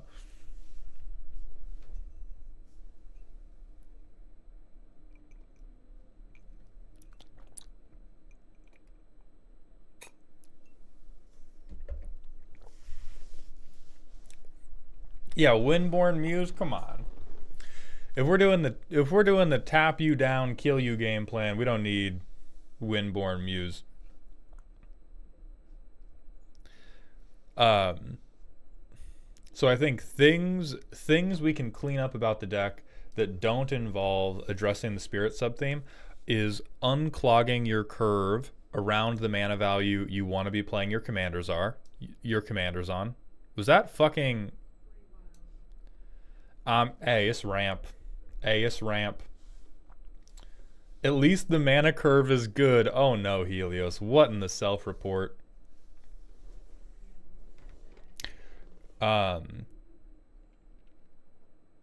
I would be like heavier in 2 or 3 setup pieces, and then you can even put stuff above Rhoda and Timon, but you want the path to be clear for them.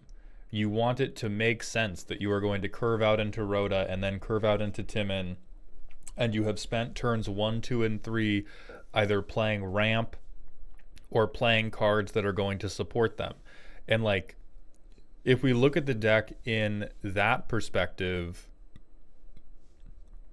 Supreme Phantom sucks. What do you think I should do about them getting sniped? Selectively, you can... So there's 2 ways to get your commanders sniped less.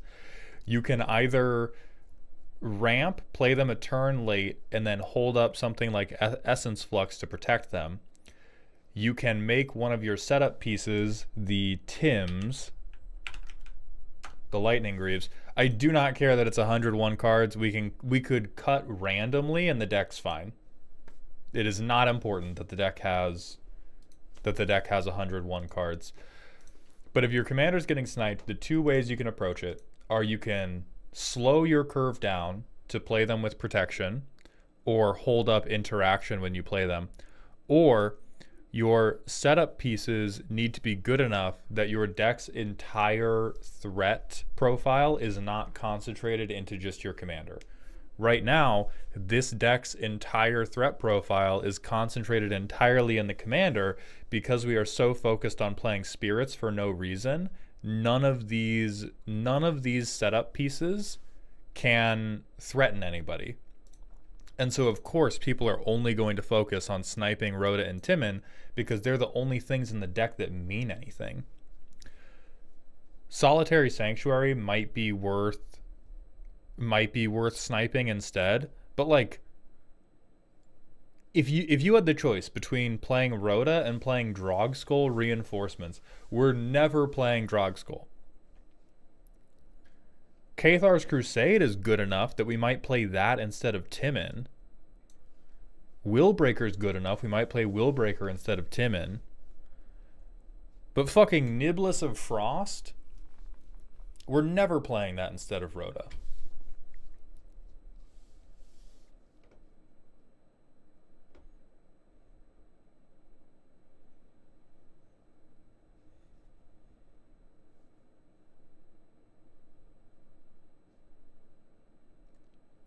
And again, like Ballynock Trapper, hey, really good in a tap down deck, not good in your spirit deck, and you've committed half your creatures to being spirits.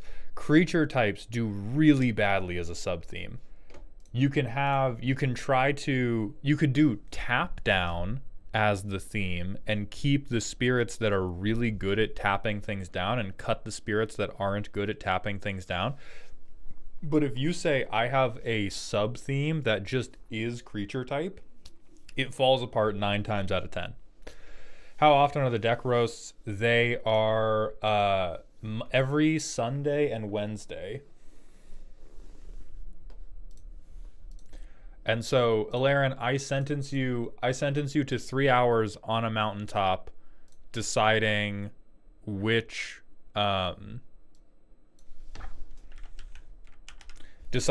deck you want this to run as. Ilairen, I don't think you have Voltron pieces. You just have tap down payoffs in the form of 1/1 counters, and right now you only have one creature worth putting them on. Oh, these.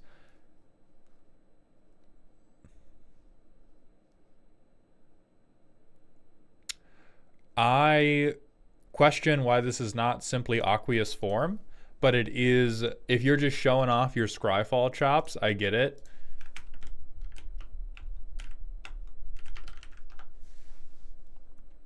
But this is just like,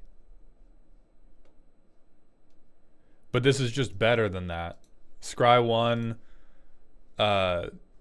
costs less mana, makes them unblockable to everything, and gives you a Scry 1 trigger.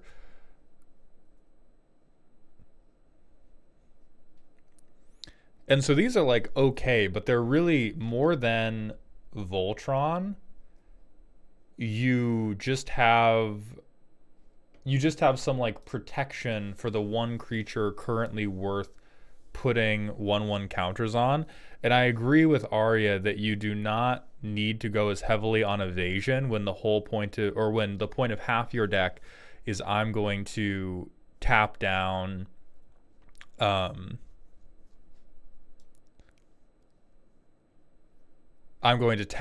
all of your blockers, and then you can't block me anyway. Sideboard.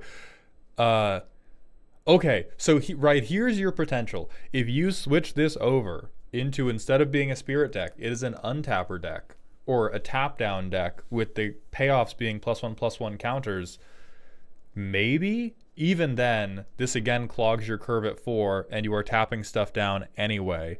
The rest of it, 100% no.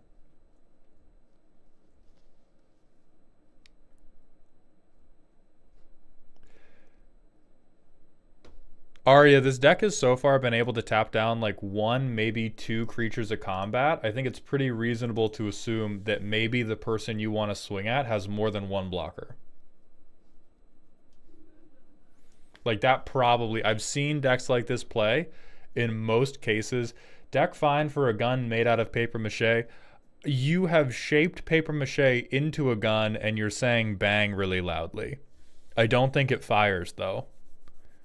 I don't think it fires because there's a bunch of doodles of you making out with spirits clogging the pin in the paper mache gun. Like, I think it works really well. It probably works really well at low power because nobody at low power respects a Voltron commander enough. Like, nobody respects a Voltron commander enough to deal with one piece of protection. And so as soon as you said, I'm doing Voltron, but I also have Counterspell, you just fucking run everybody who's playing weaker decks. And then because we're standing in two different worlds, it can't do anything at the higher power tables. So Ilairen, thank you very much for the submission. Get to the mountaintop and decide what you want it to be. We're going to move on to, well, Solar, are you here? And then Solar, if you're not here, Rukak, are you here? 22 solid, thank you for the 100-bit cheer. Hey Malt, I'm looking for some inspiration for a new deck. Any suggestions for a commander that goons as hard as our Lord and Savior Henzi? Nobody can goon as hard as the one true goon, and it is definitely, it's definitely a thought crime that you implied that that could happen. Isayator, that's not true. Absolute lie. For other things that have felt as good as Henzi felt to play.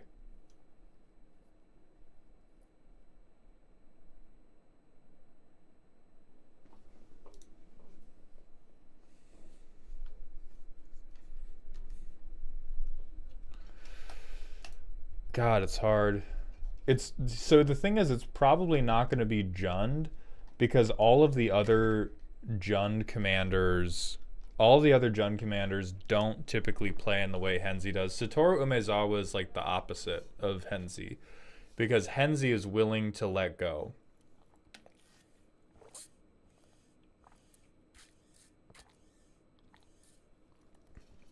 Ilairen, I cannot remember the rest of your decks with that level of granularity to do an on-the-spot comparison.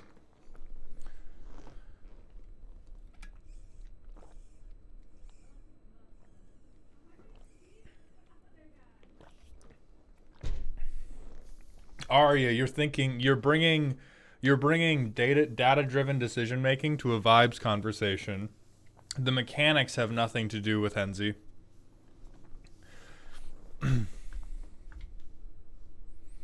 Okay, but we have Solar here, and we have no,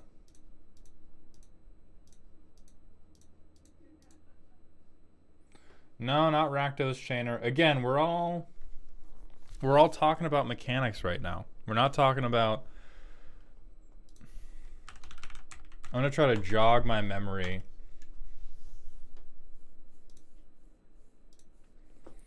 It's not going to be a top commander. It's definitely going to be a power bottom.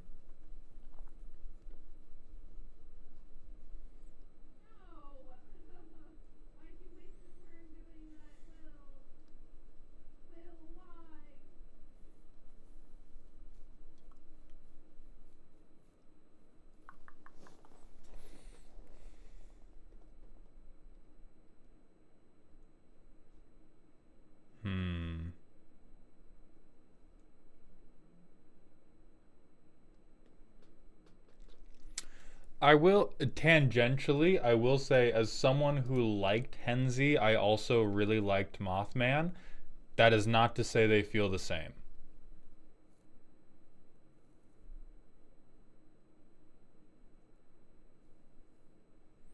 Probably not Nethroy. Oh, I haven't played never suggest Jetmir to anybody again. Please, God. Do not. Jetmir is like the most sauceless commander in modern history. Absolutely, Ilairen. Thank you very much for submitting. And yeah, it does have the upgraded precon feel. I think it needs one little push to make it your own, and you need to decide what type of what flavor you want that deck to be.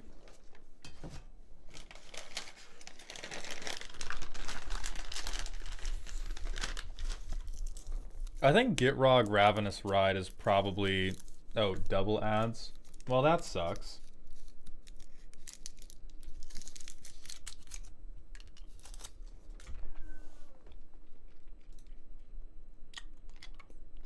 Jetmir is good, but also spicy as flour. Yeah, 100%. And so...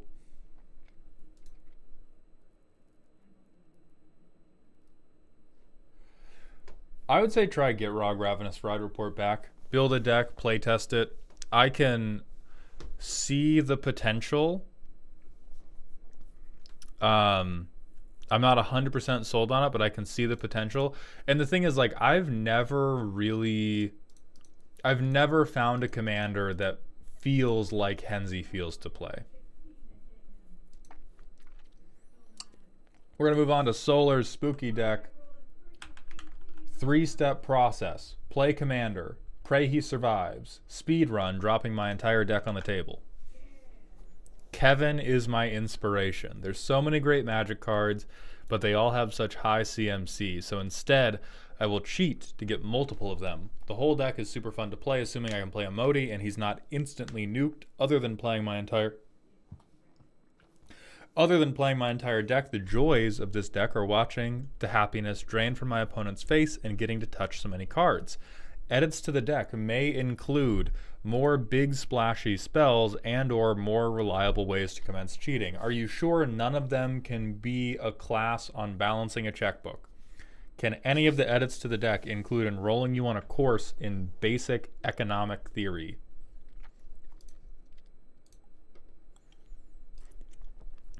Blue trauma response. If a creature spell you cast this turn was countered, you can play 0 rather than pay its cost. Look at the top 7 cards of your library and just get a creature. I am so sad. 41 creatures? Good. Wouldn't want you to miss. Wouldn't want you to miss on that free fucking creature. Okay, so the problem I imagine we're going to have with this deck is not... Wait, 27 lands? What the fuck are you... Alright, every... 20 of these better be mana dorks. I'll freak out.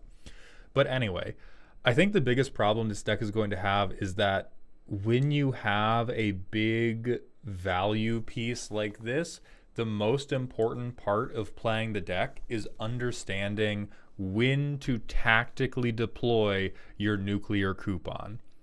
If you play this at the right time, you will slide under the radar and then get to explode with all your value. But I think the average Simic player, and dare I say it, the type of person who plays a 5-mana commander with 27 fucking lands, their idea of patience is probably taking a breath in between rounds of yelling, "Gimme it." So I don't have a lot of faith in you. I have negative faith in you. 27 lands, this fucking curve. You are a maniac. Is your mom buying you the creatures? Does she like swing by? Does she swing by your pod and hand you a cool 3 mana every turn? Parmesano, thank you for the 4 months in a row with the Prime sub. I appreciate those Bezos bucks. I made a Rin and Seri combo deck and I feel dirty. You should. You should. That's a mana half pipe. Holy hell. Yeah, Tony Hawk is doing tricks on this bullshit. This is a BMX course.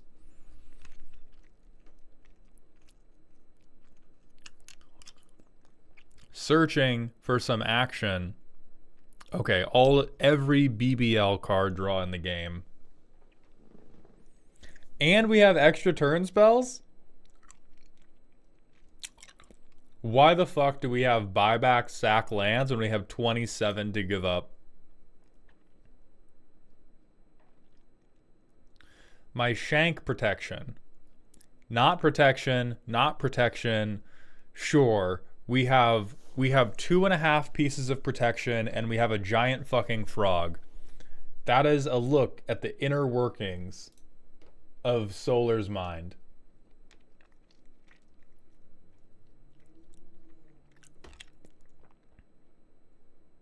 I just have to play test this. There's no, this is just like Hall of Fame. Hall of Fame, I did the chase money glitch and bought everything I wanted to buy. We have ramp at least. Crack isn't cheap, 25. Maybe you have enough ramp to make this work. I doubt it, but maybe.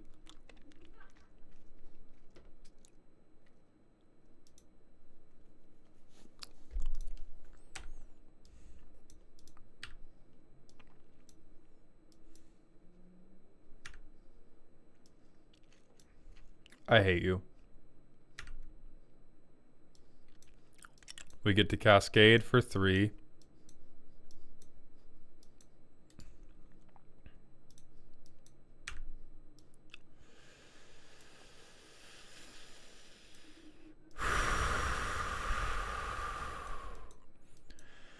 Just breathe.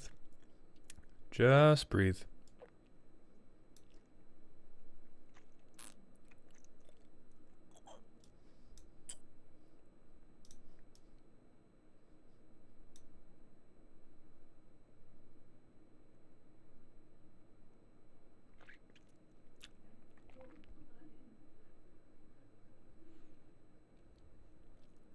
Cast it without paying its mana cost. Interesting. Interesting.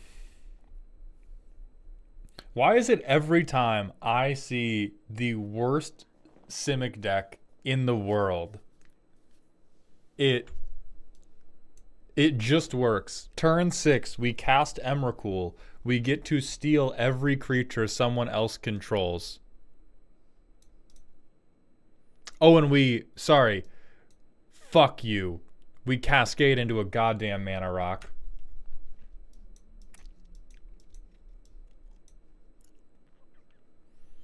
We have 7 mana. Hey, look, 7. Can't be countered. Fuck you all. Hey, look, we get unexpected results back to our hand. We fucking crack somebody's rib cage. It's our next turn. We drown the world in snakes. Unexpected results again. Ha! You get Llanowar Elves, you fucking loser.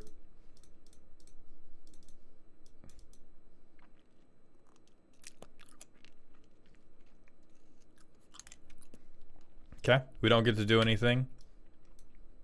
We drown the world in snakes again. Sure, extra turn. Sure, copy all our fucking spells.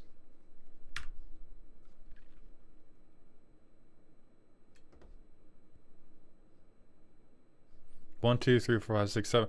We can cast this, sure. Copy the spell, right? So if we copy the spell, does copying the spell re-copy Cascade? I don't think it does because it's a cast trigger and we're not casting the copy.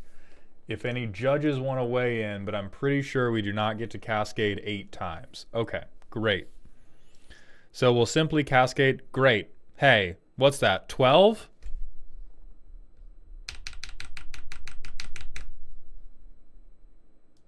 Fuck it, more Cascade. We get to cultivate. We get to In Search of Greatness. This card's done. Rishkar's is done. We're doing Make Your Own Luck. Look at the top 3. We're going to plot Summoning Trap.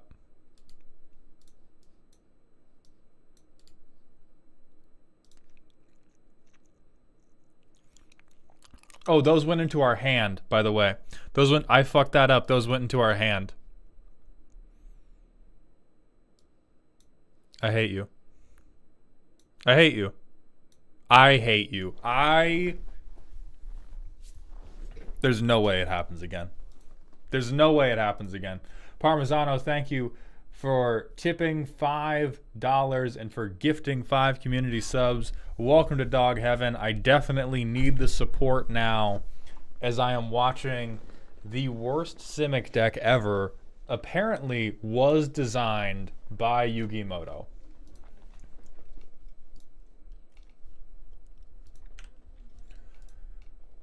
And www.godcom, thank you for the follow and the prime sub. I appreciate those Bezos bucks. Welcome to the dog home.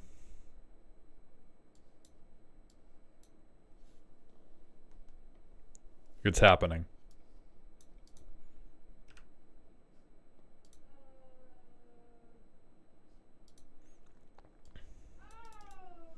We're on turn 3 instead of...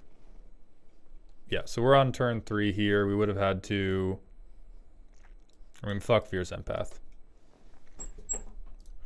But now we get Cultivate.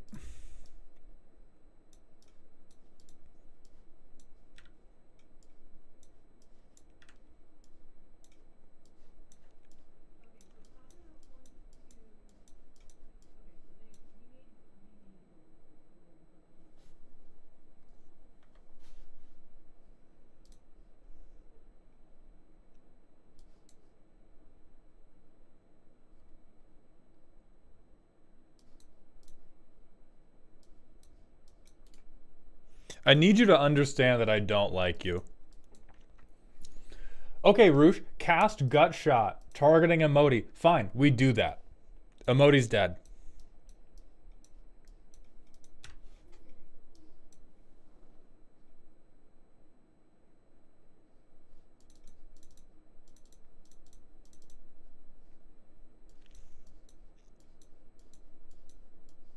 We killed her. Are you happy now? 3 visits, bitch. Whatever. This is a dual land. We get it.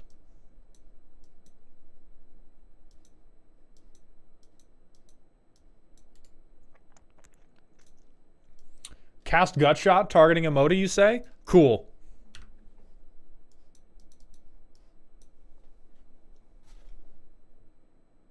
I have every land in this deck in play presently. Oh, look, unexpected results. Oh, look, we ramped again.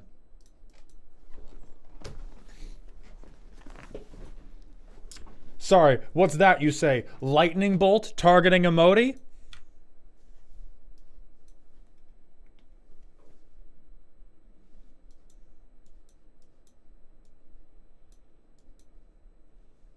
We now have a second creature.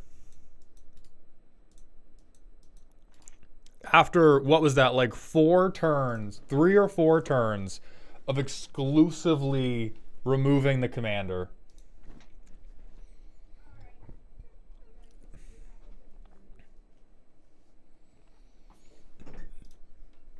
Ilairen, have a good day. Thank you for coming by the stream, my friend.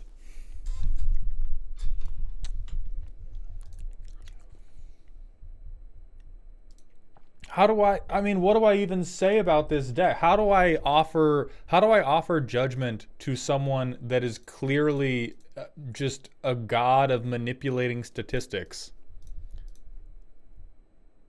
You bitch. There's no fucking way. There's not a way. Of course there's a way. Of course there was a way. My fault. My fault, everyone. There was a way.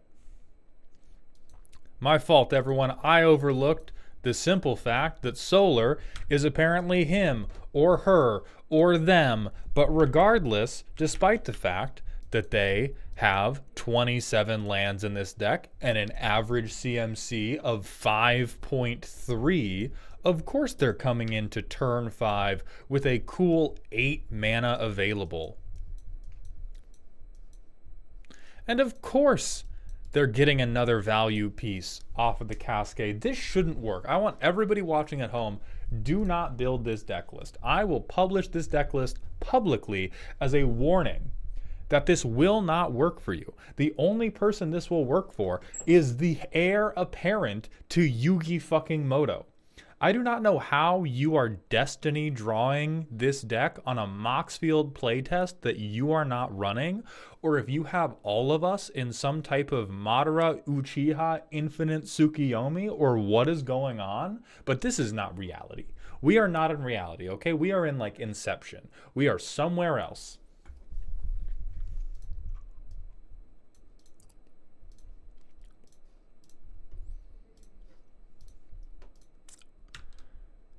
I mean, 3 opponents will fucking smoke this. Wes, did you miss the playtest where we assumed that Emoti died every time she resolved? Were you here for that one? Like 3 opponent, this deck is fucking why infect is valid .deck. It is so incredibly greedy, and I have no idea. Oh, you don't remove Emoti. You remove the good shit that doesn't have haste. Okay, chill. Yeah, real quick. My permanents have hexproof. I cascade for 7. Hey, look, I ramp more.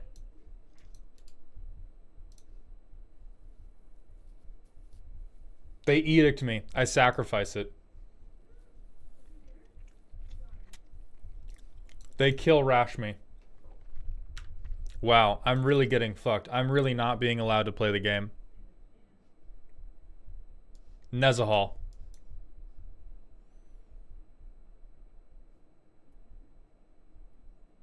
Ooh, this is actually good because we don't get to use it. Finally! Finally! The Vine Boom is on you, shitlord! But Protege cascades anyway. We look at the top 3. Hey, look at that. We're going to plot Thrawn Dynamo. So I don't know what the fuck this becomes. Maybe the Thriving Isle? But now we draw a million cards. We have Rhystic Study, but it's a dinosaur. Oh good, we have Omniscience. Cascade for 10. This is justifying farewell in a single Moxfield link. I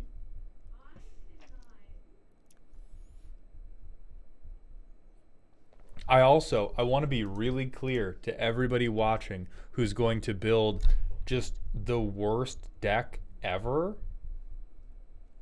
Just the worst deck ever. After seeing a deck like this and assuming it can work, half of the deck is still ramp. 27 lands, 25 pieces of crack isn't cheap. The only thing holding this together is the fact that over half of the deck is still a mana package, okay? They are still fucking Pegasus. They still have the Millennium Eye and see everything we're gonna do before we do it.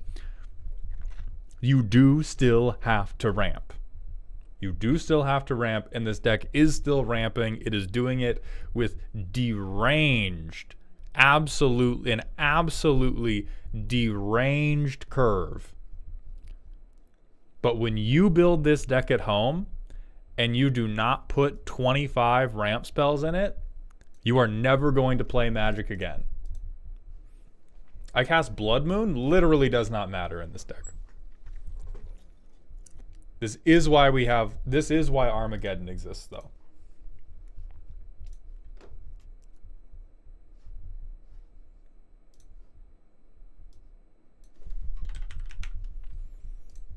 Take your position on the deck personality matrix and go sit in the fucking corner. Because they're playing a bunch of basic lands. Blood Moon is non-basic land hate, and most of the lands we're sticking are like forests and islands. So we might hit a couple. We might hit a couple of their lands, but not many. We do need Armageddon. We blow up all of their lands one time, and then they perish.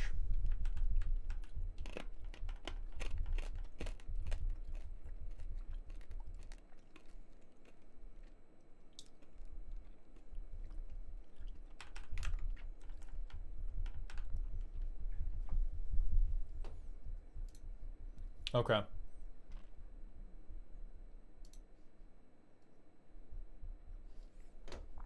Don't play an even split of basics. Actually look at your pip count. Are you trying to offer advice to God right now, Arya?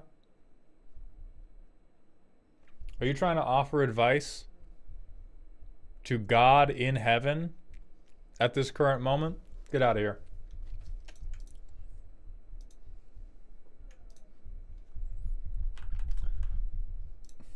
All right, and then so we've got Rukak on deck, and then after that we have Beefcake. Beefcake, I heard you, I saw you around earlier. Are you still around? And then Rukak, are you here in the first place? And then after that we've got Cyborg and Phoebe. West the Fitting, thank you for the Twitch follow. Welcome to the doghouse, my friend. All right, Rukak, let's get into it. You have classed this deck as spooky / scary, and you've asked for the Mauled Attenborough voice.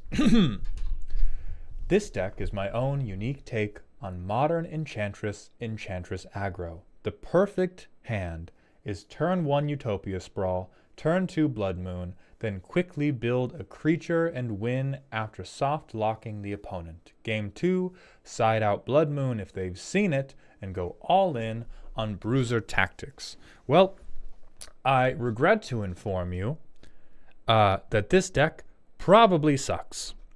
If you would like to know why, we can look no further than the Blood Moon, which turns all non-basic lands into mountains and hopes to counter all of these stupid-ass non-basic land game plans by leaving them with only red mana. Now, if we look, perhaps, what are people in Modern playing?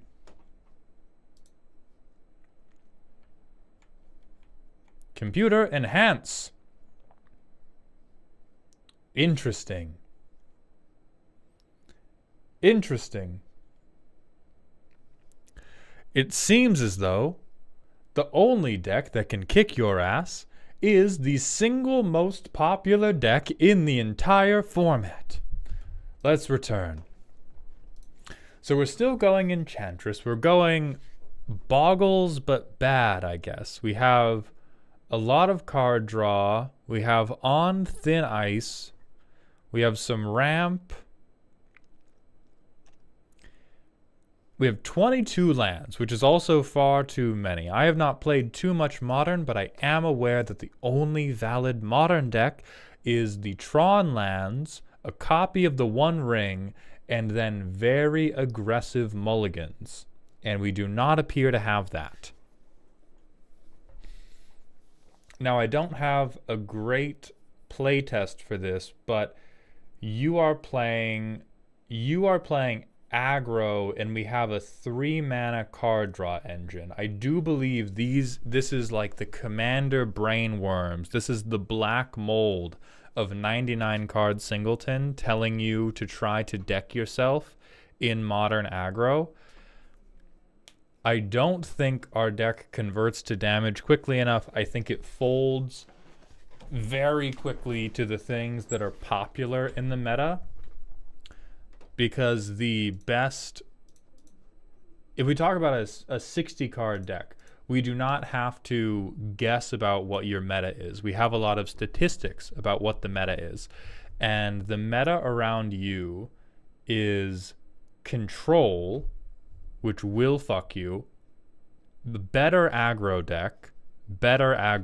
Notably, the most popular aggro deck does not get hit by your lock piece.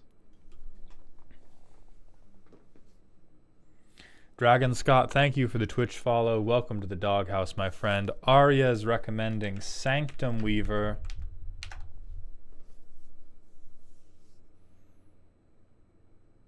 Yeah, that would be good. That would be good ramp for this deck.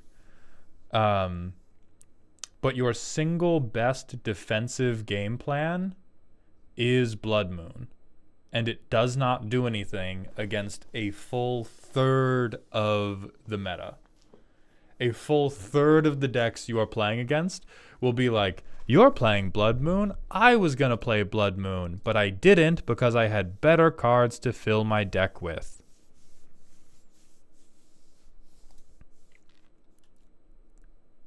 This is, and I think this holds true for basically every 60 card deck that is brought in front of us, which is the 60 card decks are less actual competitive decks and more time capsules of what this person wishes Modern was still like. And I think that is probably the best way we can look at it. There's a lot of individual cards that we could run instead that might improve it, but overall I think we should just appreciate that Rukak likes cute little enchantments, and they miss the days of Standard when Selesnya Enchantress was a thing. But overwhelmingly, we're pretty focused on turning all of our enchantments into cantrips without having any meaningful way to ramp, and the best payoff for them is Generous Visitor makes them good. Selesnya Enchantments is still doable in Standard, then I sentence you to building a Standard deck. Oh, true. Sheltered by Ghosts. Yeah, Sheltered by Ghosts is very, very strong in Enchantress aggro. So you could try it with Sheltered by Ghosts on instead, but I think Blood Moon is really a trap unless you're playing like modern slash kitchen table. Oh, wait a fucking minute. Why is...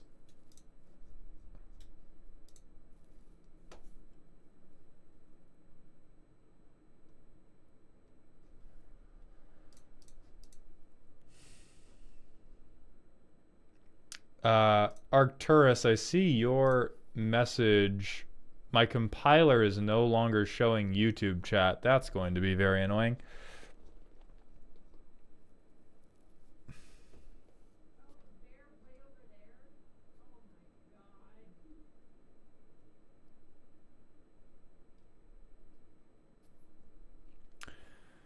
Meta Skipper, would you do a roast of a Yu-Gi-Oh deck if enough documentation was provided for the bit?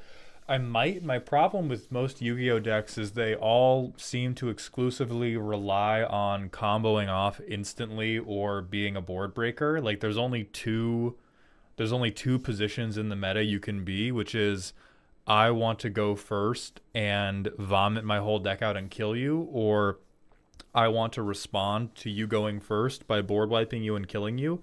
And most Yu-Gi-Oh decks seem to have a way to do both. That is my understanding of how they play.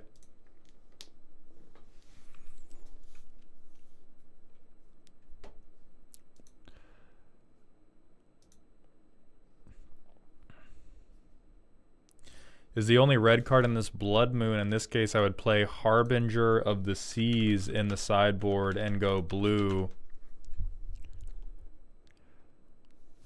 Yeah, I mean, like, the pips probably don't work out, but Harbinger of the Seas makes a much better lock for you than Blood Moon does in the context of Boros Energy being the most common deck in the meta. Like, you just... If you go Naya, and you do Blood Moon, you play Blood Moon, and everyone responds by just beating you to death instantly. So let's look at like, what are we missing compared to... This is budget. I'm not sure if we want budget.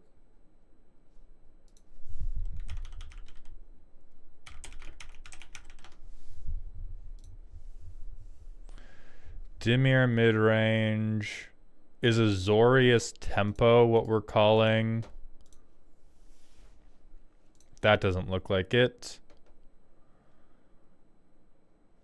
So it does not seem like Enchantress is alive. It seems like a deck that has an enchantment. Okay, here we go. So this is enchantment. So this is replacing the Visitor. Making us chump blockers. Cost reducing us. An unblockable creature we can buff up. And card draw, which Entity Tracker is basically your Enchantress's presence.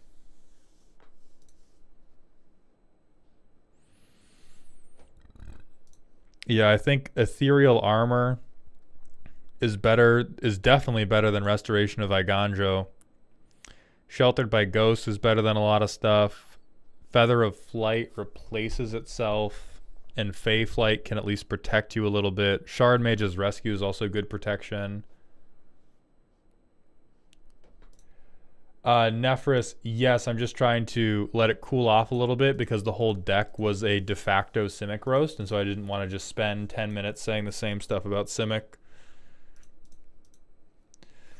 Yeah, currently this modern deck does strike me as a worse standard deck, or maybe like a lateral standard deck. I don't know which deck would reliably win when facing each other, and that is a very bad sign because they seem almost entirely interchangeable.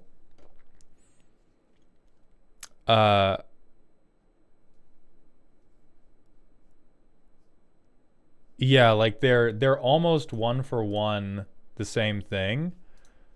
And so if you want to do Enchantress and Modern, as Ari is saying, you probably need to go more Pillow 40. And I don't know if Sphere of Safety is exactly where you want to go for that. Oh, this is way too expensive, actually. Kavak Collective, thank you for the Twitch follow. Welcome to the doghouse, my friend. But this is remnant of a bygone era type shit you've got right here.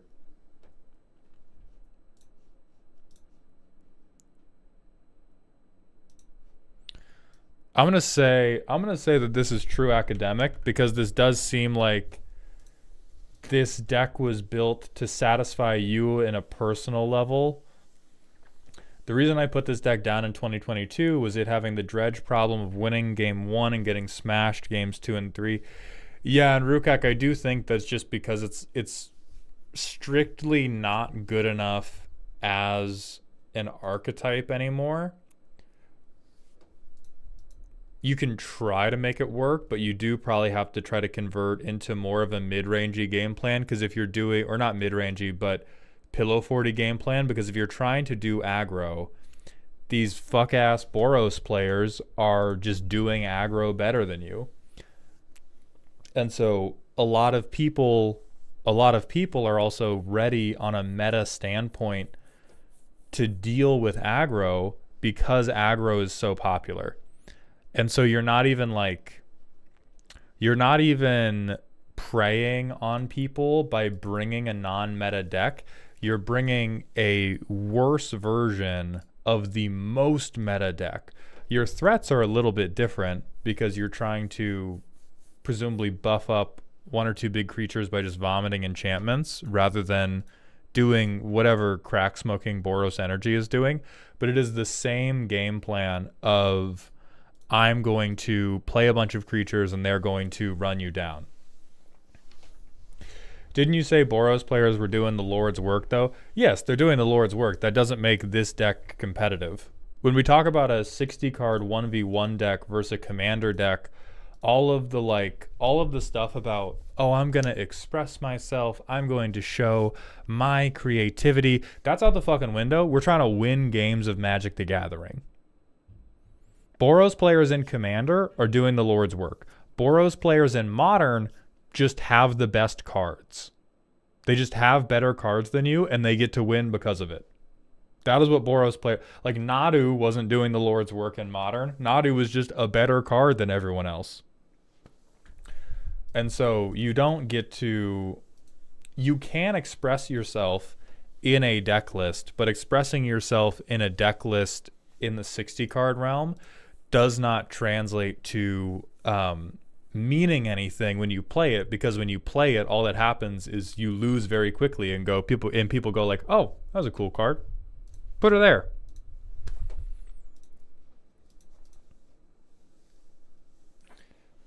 Maybe swap one of the Sithuses for Calyx.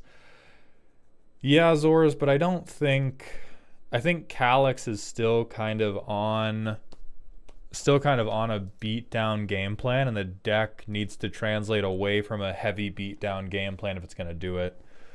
Katana Groove and keeping its feel. Thank you for the Twitch follows. Welcome to the doghouse, my friends. We're going to move on to Beefcake's silly deck, but before that, I'm going to pee. Nobody sell my stuff.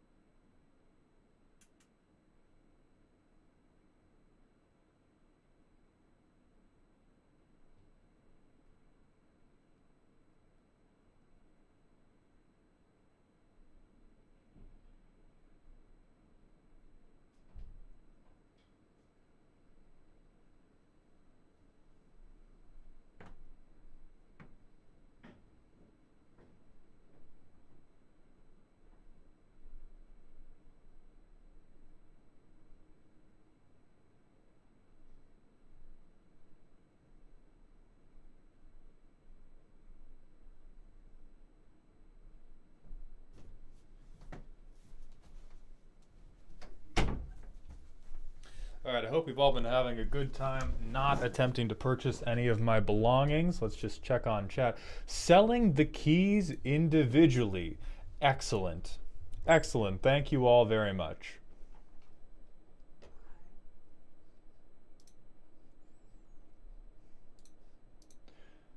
I peed on your walls by dog law. They're mine. We can't be converting to dog law.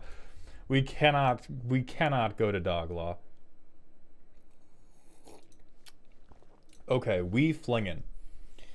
So the original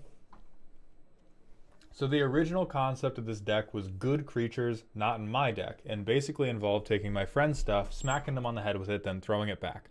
Well, apparently my friends didn't want to put good cards in their decks either, so here we are. I still kept the theme of throwing things. I tried to put in some cheap but strong creatures on my side, trimmed down some of the relocation spells, and fixed my lands because Boros. I've had some luck with the deck, but now my friends are on to me and just don't let me have Brian out. Please, Mauld, you're my only hope. Okay, so this is a doctor, please save my son. He hasn't been able to stab anybody in 3 weeks situation. Got it. Verwershverer, thank you for the Prime sub. Welcome to the dog home, my friend.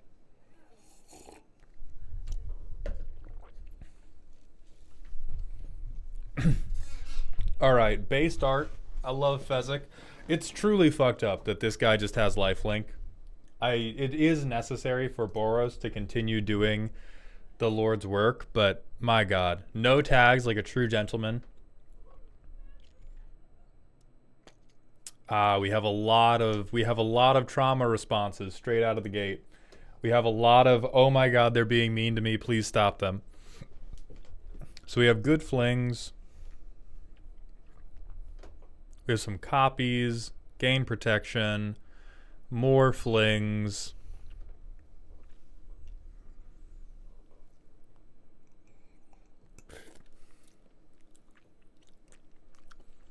Wear and tear. 37 lands, which is probably 10 too many. Like if we're talking about if you want a deck that you want to run really smoothly and not have any problems curving out, you probably want your average mana value to be like 3 higher, like around 5. And then you want to have like 25, maybe 27 lands. And that would probably suit you really, really well.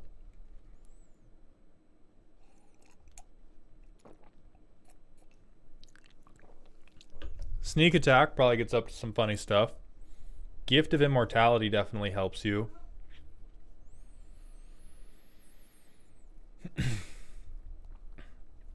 Okay, so we have a doubler, we have a recurrer, but the recurrer can't hit our commander, so how useful is that?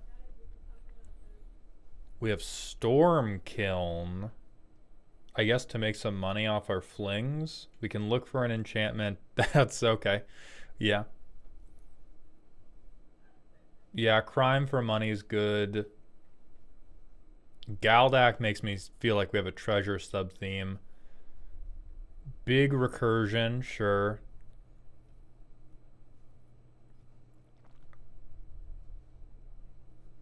Dragon's Breath is good.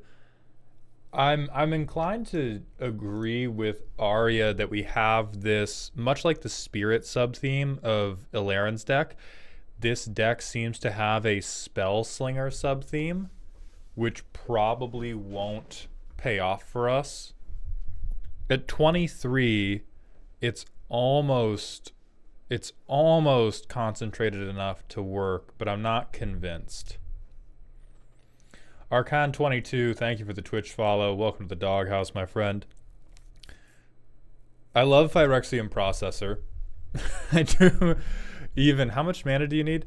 So 5 mana, pay 39 life. I throw the 39 at you and gain 39 life. That should be bullshit, but it makes my heart warm. What's this do?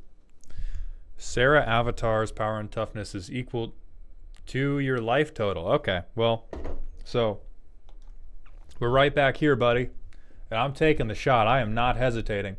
You know what I said about the deck making me warm and fuzzy? I fucking lied. You lifelink me for your existing life total, you better watch them toenails. I am reclaiming those ossicles, brother. You are not going to hear anything but me screaming at you for the next 27 years. Fucking watch it. Lala Weeze, thank you very much for the Twitch follow. Welcome to the doghouse, my friend.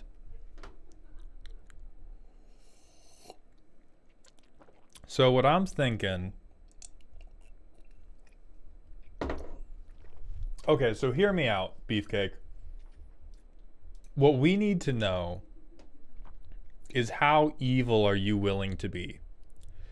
Because the two directions we can go with this is we can either double down on having protection or having other ways to fling or sack for value in the deck so that when they kill Brionne, it's not a big deal. Or we can become a stacks player and we can wait to play Brionne until everybody else has used their removal. And we can just make sure that the stacks pieces we play are ones that will stop our foes from winning the game. We don't need to go like... when I say stacks deck, I'm not recommending you go all in on I'm going to lock the game down and I'm going to stop anything from happening. But if you aren't being allowed to play with Brionne, you may need to wait a little bit. And if you're going to wait a little bit, you're going to want the other players at your table to not win until you have had a chance to participate. Like, you want to let the people that have... Presumably somebody at your table has a 5 or 6 mana commander. And what's happening right now is you play Brionne. They shoot Brionne in the chest to be lore accurate with Fezzik. And then an opponent plays a 5 or 6 mana commander. And by the time you have replayed Fezzik, they have sort of gotten away with the game too much. And you can maybe do something, but you can't do a whole lot. And so the way we can amend that is we actually clog up your curve. Oh, Jesus, that 3 and 4 mana is already plenty clogged. So we keep it clogged in this exact spot, but we take a lot of the 3 and 4 mana options you currently have and we replace them with things like a rule of law effect, something that if you have like a token player doing like, I think it's called Lightstone Array. There's probably an O tag for stacks is the thing.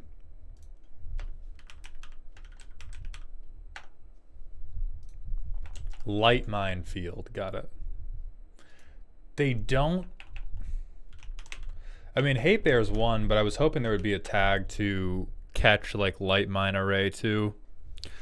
So very specifically, we do not care about things like Ash Zealot. We don't care about doing damage. We care about stopping other people from outright winning. So you could do like, depending on your table, you could run something like Containment Priest. Because another thing is Hate Bears are actually clutch as fuck for you.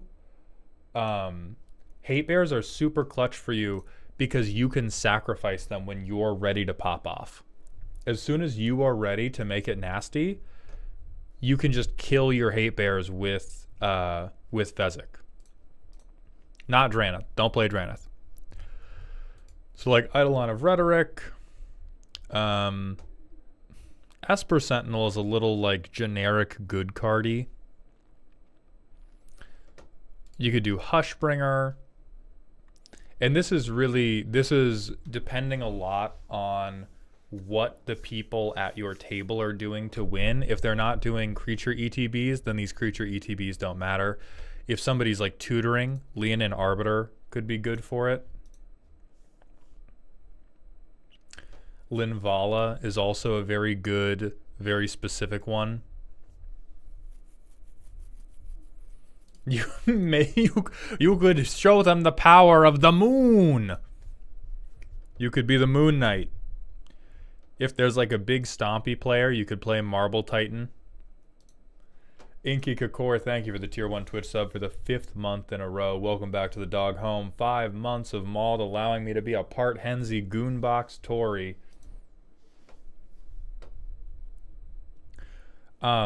So those are the two ways you could go. Like, people are wise to your bit now, which is always a good place to be. Like, it's good for people. It's good that your deck mattered enough that people got wise to it.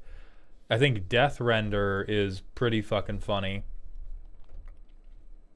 I agree that like Anger is probably not worth it if you want to move towards stacks. If you want to move towards stacks, then you probably dump a lot of the like haste benefiters. I actually don't like Chandra's Incinerator because this just looks like creature board control. And you probably go heavier on like board wipes too.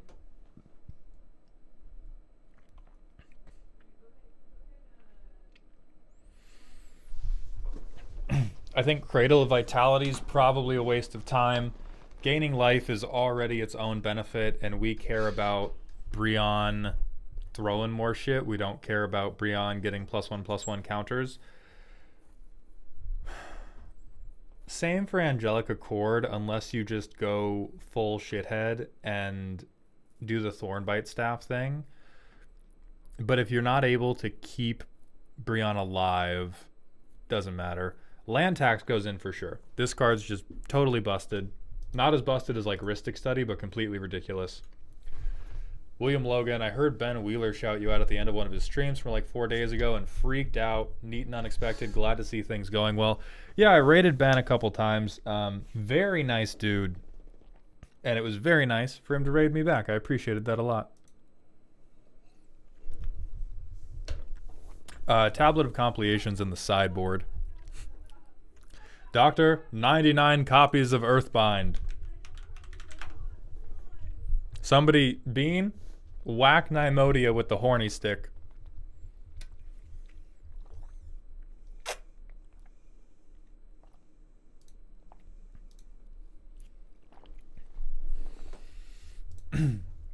Um, so overall, Beefcake, I think you have lived long enough to die as the hero, and I sentence you to becoming the villain. I think a lot of things like, honestly, even Pain Distributor, uh, Gadrak, Durgar, maybe not Durgar, um, Cosmic Larva, Chandra's Incinerator,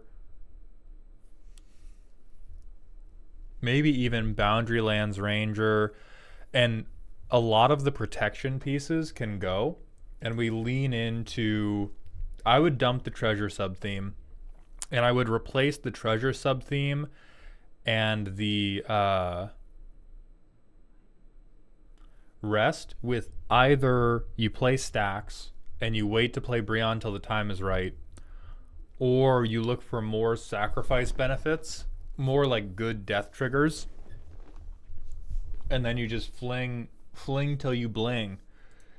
PPW10, thank you for the Twitch follow. Welcome to the doghouse, my friend. I mean, I think what do we even put here? Because you ascended.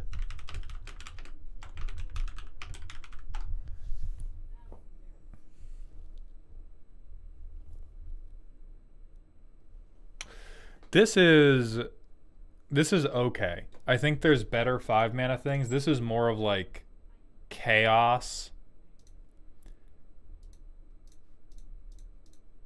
I think it's more chaos than like full on what the deck wants to be doing. Haste enablers were also mainly for bringing Brionne out and throwing in the same turn. True, but the way you are describing it, you're not getting to do that anyway. Shifting Shadow.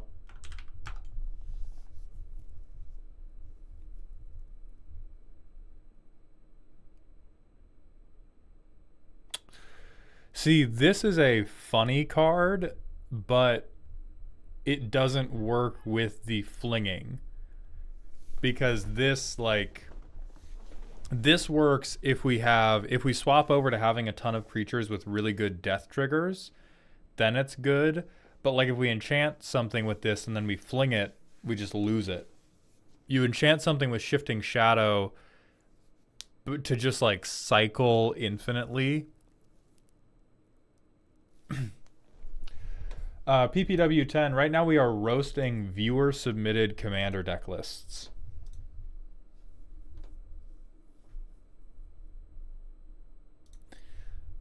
Oof.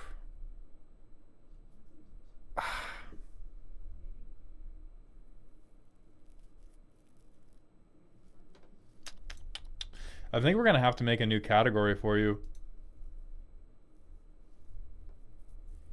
I do not think it's Minecraft creative mode. I think it was about its business, and what we are seeing now, I think it used to be Minecraft creative mode, and now it's like crippled because the playgroup came at it with a bat. PPW, they're through a Patreon redeem.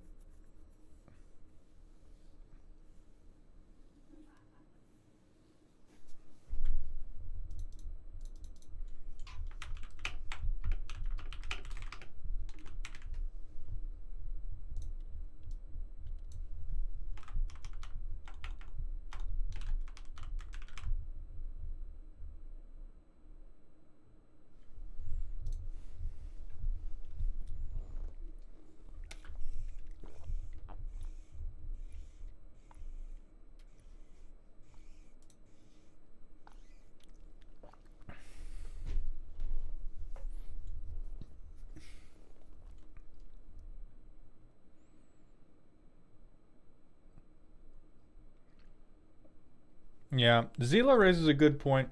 So I think the 3 directions you can go are I care more about doing everything with Fezzik, in which case you do stacks. I really like doing Fling, in which case you get better sack fodder, you get better death triggers, and you get more alternate Fling effects or Fling-ish effects like Chandra's Ignition. Or you go the Zealer route of saying, fuck you all, stop removing my commander, and you play a bunch of totally commander agnostic threats to punish your table for disliking Fezzik. Those are the three different paths you can go, and once you pick one, it should be fairly obvious fairly quickly what cards to pick, but it's three very different angles to go. Cyborg, you are up next. So are you ready to go, my friend?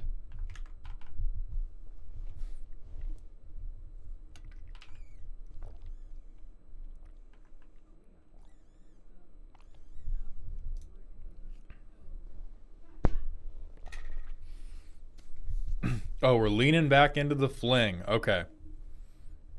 Then yeah, I would take the syntax that Arya just put in for Death Trigger, and instead of I mean, Ball Lightning is still good, but instead of things like Avatar of Fury or Anger, or even like Captivating Crew, or especially Calamity Bearer, if we're moving away from Brienne specifically, we want things that when they die, a really good thing happens for you.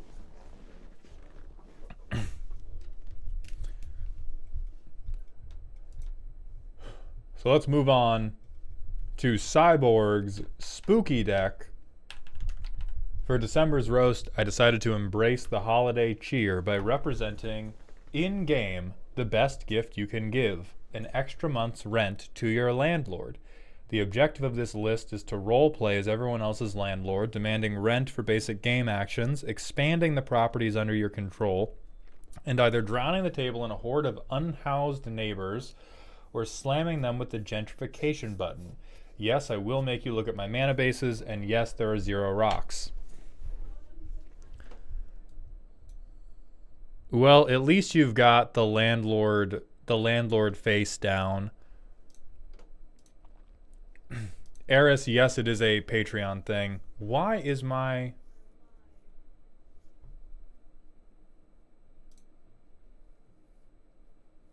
Oh, that's so annoying. Okay. So Varrock Warped Sengir, 2/2, Flying Death Touch Lifelink. Whenever you activate an ability that is in a mana ability, if life was paid to activate it, you may pay that much life again and copy it. Okay.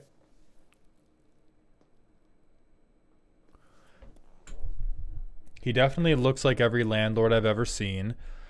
You know, I would question why you're actively unfixing your mana base, but you have 44 lands and no mana rocks because you are an insane person. Captain Double Fetch. Okay, 16 pieces of draw. That's pretty good. A lot of it's pretty conditional, but some of it isn't.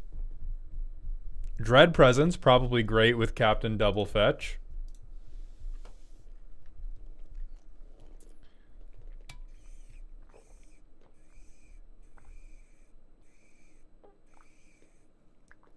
So we have a ton of different ways to draw. We have 1, 2, 3, 4. We have 5 things we can double trigger. Nothing we can double trigger in our removal. Okay, we can technically double trigger Toxic Deluge, which is equivalent to just paying more life in the first place.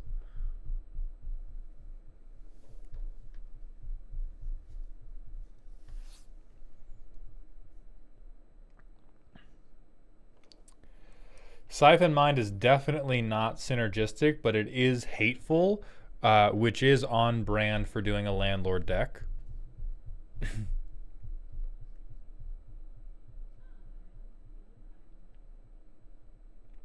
Debt to the Deathless. Okay, life gain for us to use with the... I mean, are we getting to turn 20? We have no ramp. We have no ramp and 3 X spells.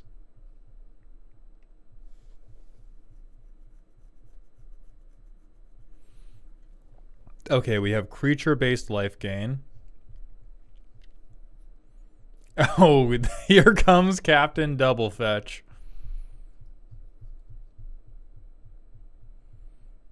Yeah, Crucible of Worlds, return lands, return... Oh, Sun Titan just hitting lands is fucking hateful. Arcamus, if I donate for the deck roasting, would you do it in the moment or do I need to wait for an appointment? So, yet again, Arya, you will not convince them. Cyborg's mom was killed by a falling pebble from the Empire State Building. They hate rocks.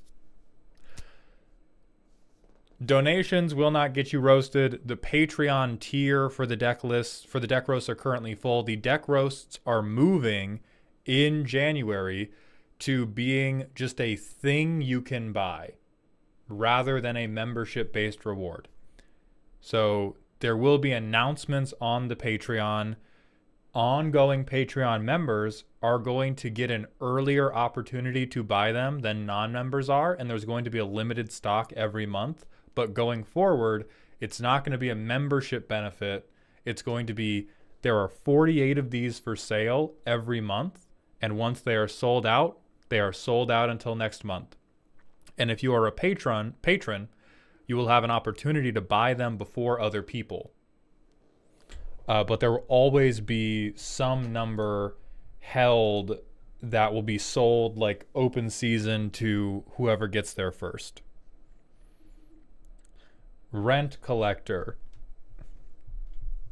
How dare you commit trans wrongs, Cyborg? Disgusting.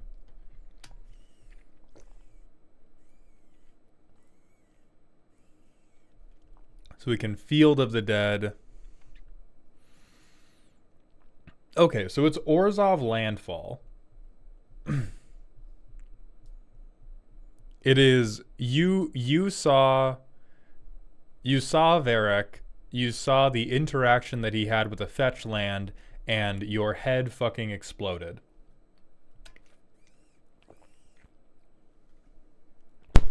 Let's see how it plays currently.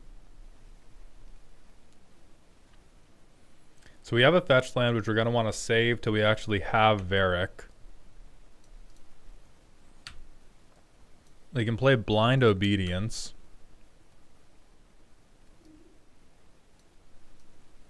So now we have Varric out.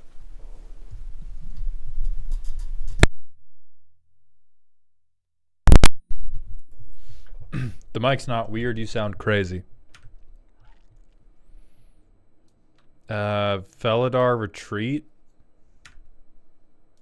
So Flooded Strand. Hey, look at that, I have a 2/2. Hey, look at that, I lose 2 life.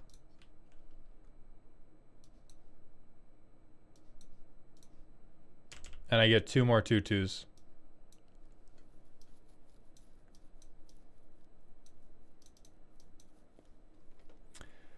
And then next turn, 1, 2, 3, 4, 5, 6.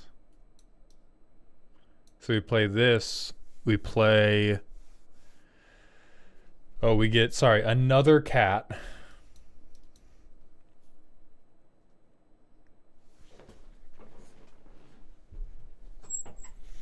I guess Twilight Prophet. We have the City's Blessing. So next upkeep, we put Strip Mine into our hand. Play Field of the Dead. Make a 2/2.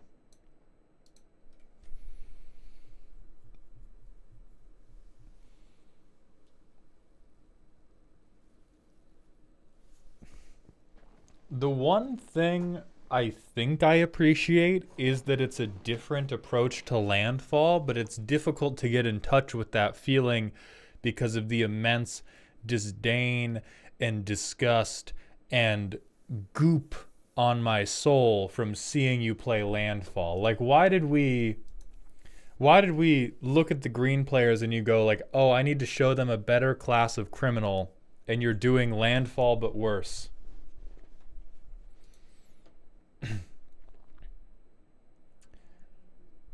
And I agree, Twilight Prophet in a deck where half of it are lands is pretty rough. We super don't want this because we don't have any sacrifice triggers. I'm gonna look at what else we could do with Varric, because right now this is, I play 2/2 Simulator.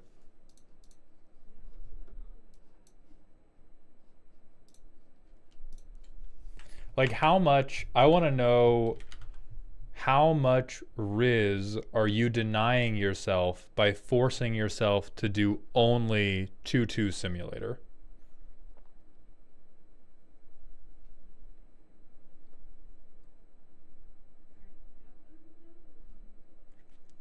Oh, I don't know how to. Arya's doing just fucking back end Python coding. Okay.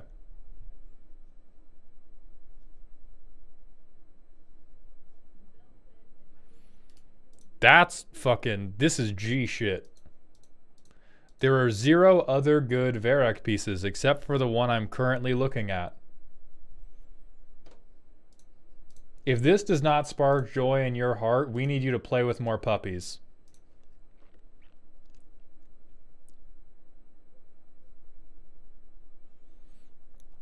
Okay, so Blood Celebrant. Blood Celebrant, we ramp harder.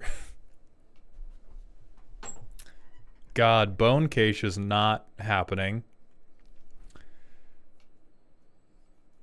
Blood Tracker is oh, it's a mana ability, right? So Blood Tracker gets a little bit better.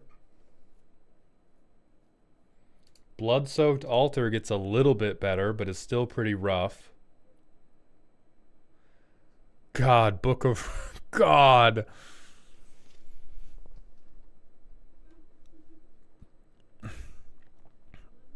Dementia Master is, but we would need to be doing like Orzhov Mill to make that work. There's a reason why Varrock is at the floor of EDH Rec.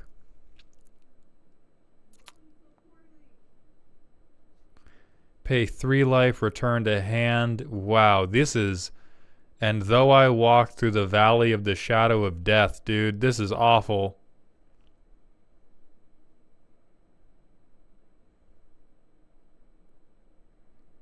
What if we do, hold on guys, what if we do blood tokens? What if we do a bunch of vampires?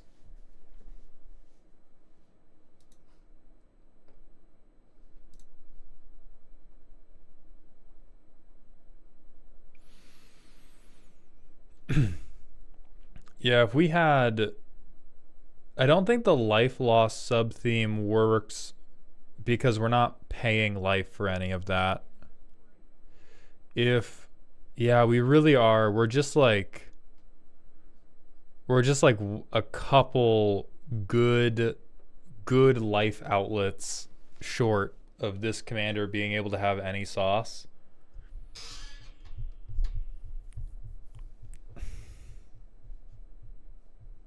Most of its bounce, which like super doesn't matter. God damn.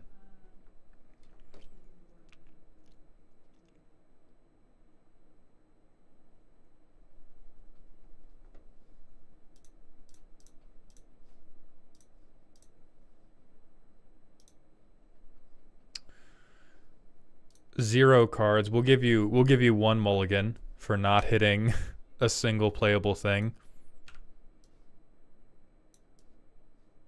Oh wait, we can't bounce it yet because we need to get shit out. So we'll bounce this.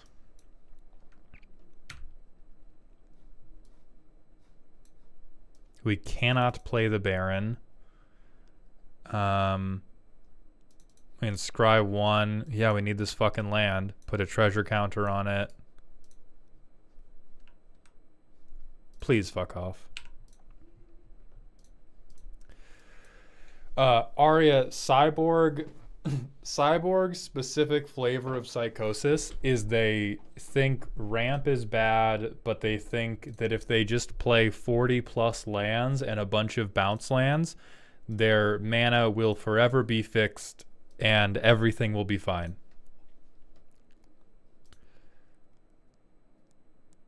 So we can return a permanent card. We could Comball.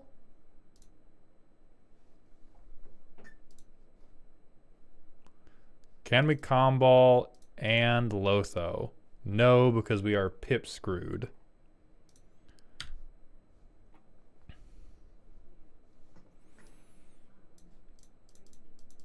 So we can do this. We can pay 4. Draw 2, baby. Hell yeah, Cabal Coffers time. So it's turn 6. We still don't really have lands. We can play or cast from the graveyard, but we have nothing in the graveyard.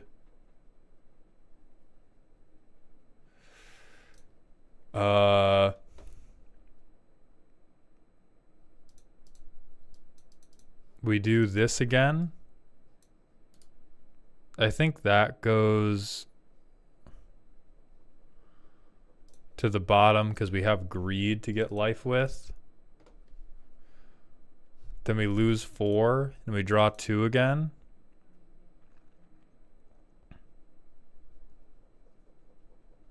We have 1 colorless floating. I think doing Cabal Coffers in the same deck that we're doing Field of the Dead is deranged. My personal feelings on the way you build your mana bases aside, saying I want as many of my lands as possible to have different names, and I also want them to be swamps, is a decision. So we're gonna discard to hand size, but we can get CMC 3 or less things back. So those will go to the grave. We have 2 swamps now.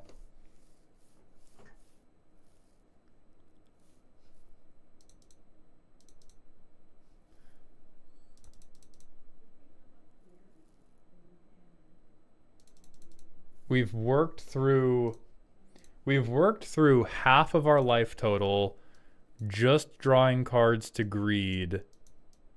I think I'm cheating and playing 2 land drops on a turn. But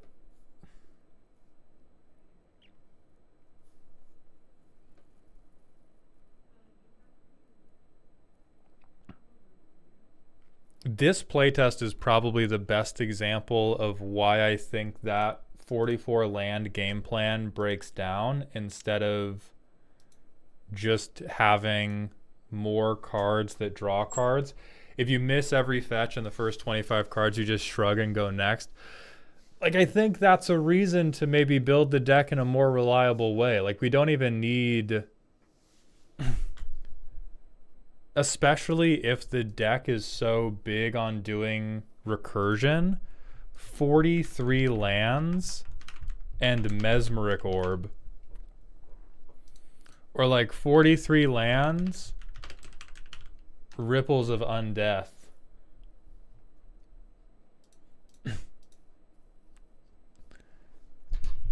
Because we definitely have to be drawing on average more than 1 card a turn, because the gentrification does not begin until we get our first zoning permit, and these are our zoning permits. We have 1, 2, 3, 4, 5, 6, 7, 8. Is that it? 8 cards in the deck matter. 8 cards out of 99 mean anything. And so what I would recommend is we need more things that will either put cards in our hand or either put them in our graveyard, since we have at least a couple ways to pull the fetches back out of our graveyard. Because right now it's like Varric, his 8 duplexes, and nothing else that is functionally important. As you said yourself, which if you miss every fetch in the top quarter of your deck, you just go next. Like, all of these are, you still need removal, and having MDFC removal when you have bounce lands, yes, that is clever. You have a decent amount of card draw, but like, we used it and it still wasn't enough. And so at minimum, Mesmeric Orb, Ripples of Undeath help make that more reasonable. And self-mill is much easier to do than just landfall into whatever. So think of it like this way. Think of it like you're flipping a house. Right? You're not...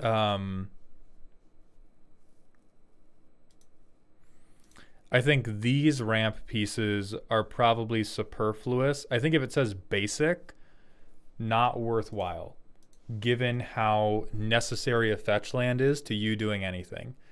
You need a duplex, you need Park Place, you need very specific real estate. So Weathered Wayfarer is fine, Expedition Map is fine.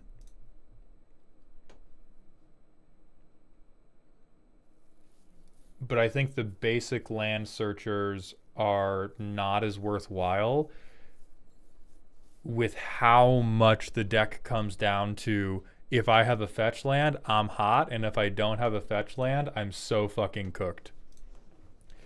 Matthew343, thank you for the Twitch follow, my friend. Welcome to the doghouse. And so you could replace those pieces with the like Ripples of Undeath, Mesmeric Orb, whatever other... I don't know a lot of the great mill pieces offhand, but I know there are a ton of them.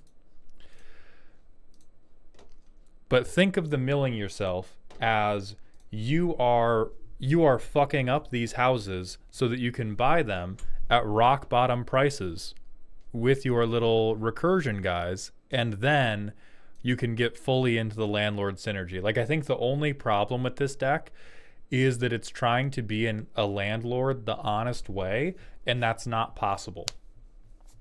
Maybe it was possible 50 years ago, but today, if you're going from not landlord to landlord, we got to be scheming.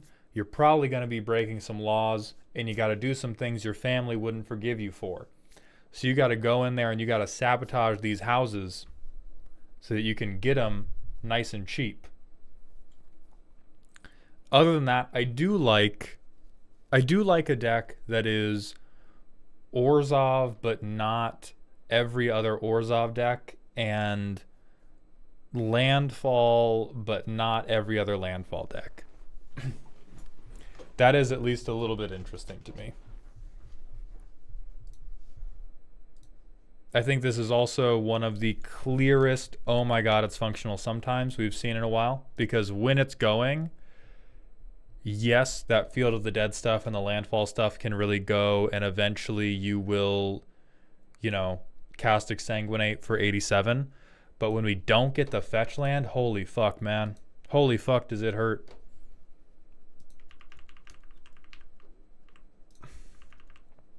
AD Hey Donuts, thank you very much for the Twitch follow. Welcome to the doghouse, my friend. We got a random smasher pass. Hell no. Hard no. Actually, probably Exhibitionist rule. Yeah, not attracted to it, but Exhibitionist rule for sure.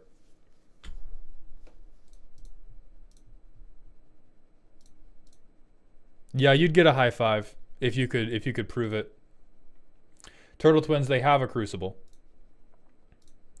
Can you define the Exhibitionist rule? I already have. Let's see if there's a slide for it.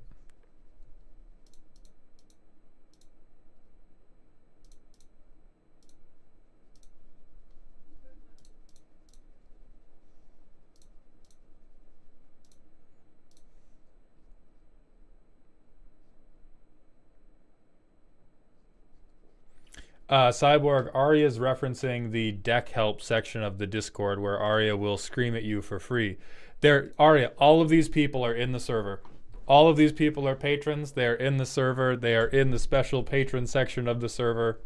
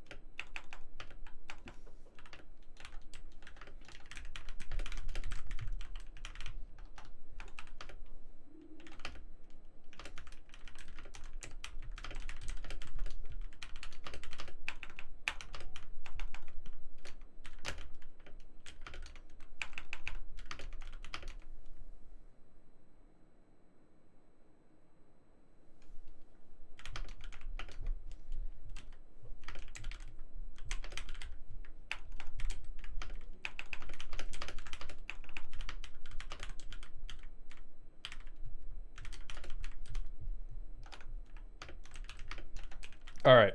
So here is the typed up, codified exhibitionist rule. If you have consensual relations and you tell me, and I go, God damn, and I go for a high five, or I'm like, you aura diff me, that is exhibitionist rule. So that is like Zayatora. It is honestly most dragons. It is also plenty of dinosaurs. If it is like, why the fuck would you do that? Like with this collection of spiky ethereal goo, that's not exhibitionist rule. The exhibitionist rule is for cowards. If you want to fuck a dragon, do it for the love of the game. Literally doing it for the love of the game is the exhibitionist rule, Tyrant. I do not know how to describe the exhibitionist rule in a clearer way than you're doing it for the love of the game. Than doing it just to do it because it would be dope. That is the love of the game.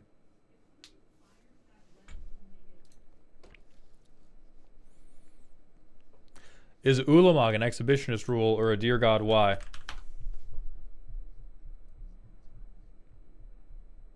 Exhibitionist rule.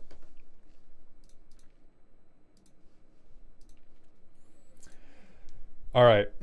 After one final bathroom break, because I have drank almost 56 ounces of water over the course of this stream, we are going to move on to Phoebe's silly/spooky deck.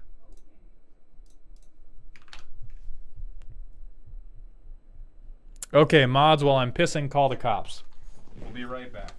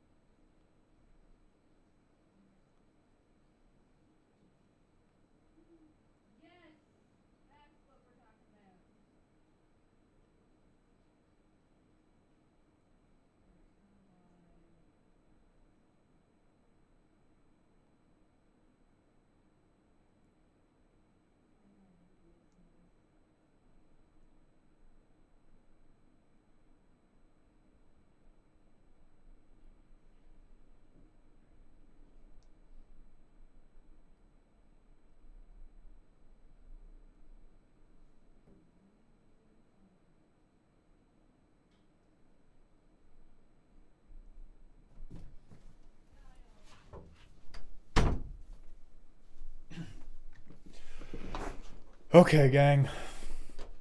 How much of my studio's left?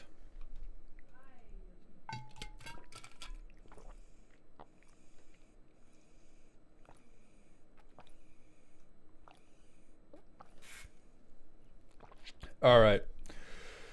Did you check the carpet or what's left of it? Okay. So let's get one thing out of the way first. Father Toe, thank you for the Twitch follow. Let's get that out of the way first. Let's get this out of the way second. This is a Shrines Kindred deck. You play Shrines to make all the other Shrines cooler, kill people with the Shrines. A very important thing about a Shrines deck is they are Legos for bastards. They build themselves because they are evil and hateful and self-propagating, almost like Republicans or HOAs. And so we're going to glaze over, not like that, we're going to glaze over all of the actual Shrine cards because they're auto-includes. The things we're going to look at to try to determine what's wrong with Phoebe are everything that isn't a Shrine. Because those are the things where they actually got to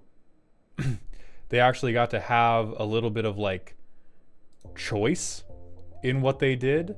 They got to exercise a little bit of agency with what they were doing. Whereas with Go Shintai and presumably at least one token doubler and like the enchantment tutors, yes, of course you did. What the fuck else were you gonna do? And there's a couple other auto includes that we'll just do a quick drive-by on. And then we will attempt to figure out what type of brain damage Phoebe has based on the things in between. I see we have Chat GPT white player interaction list. I will say your instant speed cards make me feel like you're a Selesnya player who's feeling like they're slumming it with the other colors to pull off their Shrines deck. I'm a little worried about that. This is like, you're like the old Protestant mom begrudgingly hanging out with all the urban youths at a skateboarding competition. That's the vibe I'm getting from the interaction.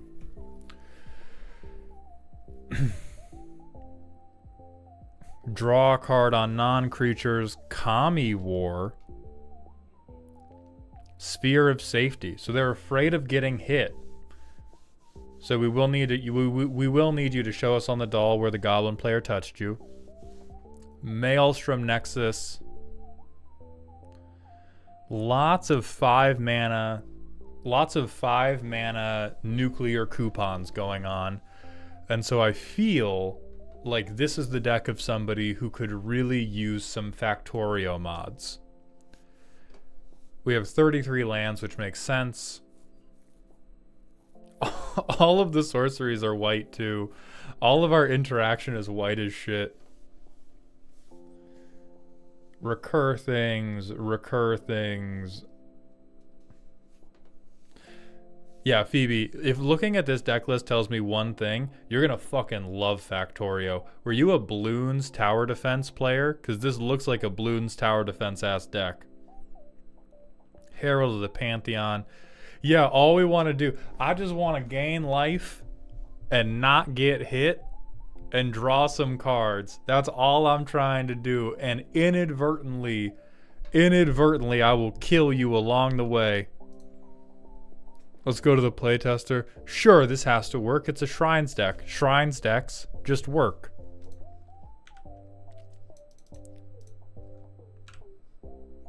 I was wrong, and I'm happy about it. Good. Damn it. It is 33, Arya. 33 is the land count. So we can get a snow.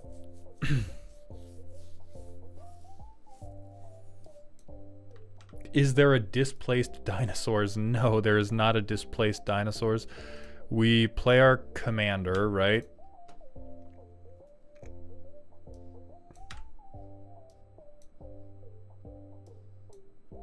Yeah, and then just like stuff happens. After we get enough shrines out, stuff happens. I cut burgeoning and exploration right now. You know what burgeoning and exploration are for? They are for the decks like Cyborgs where you run 44 goddamn lands. You better be proxying. You better be proxying because otherwise this is $40 of it's never triggering. I don't even think exploration is good until we have a shitload of cards in hand.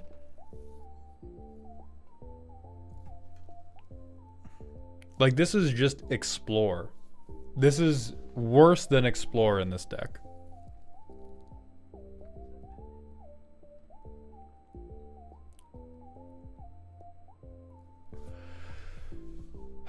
And then I'm going to recommend something.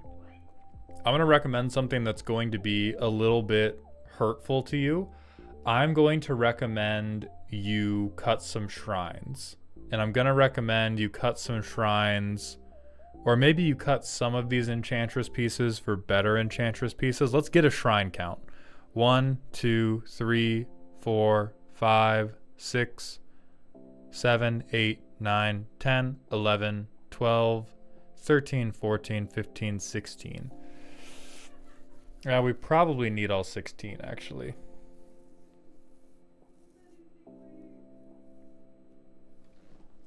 Composer of Spring seems aspirational. We have mass enchantment recursion, and so I think what we want to do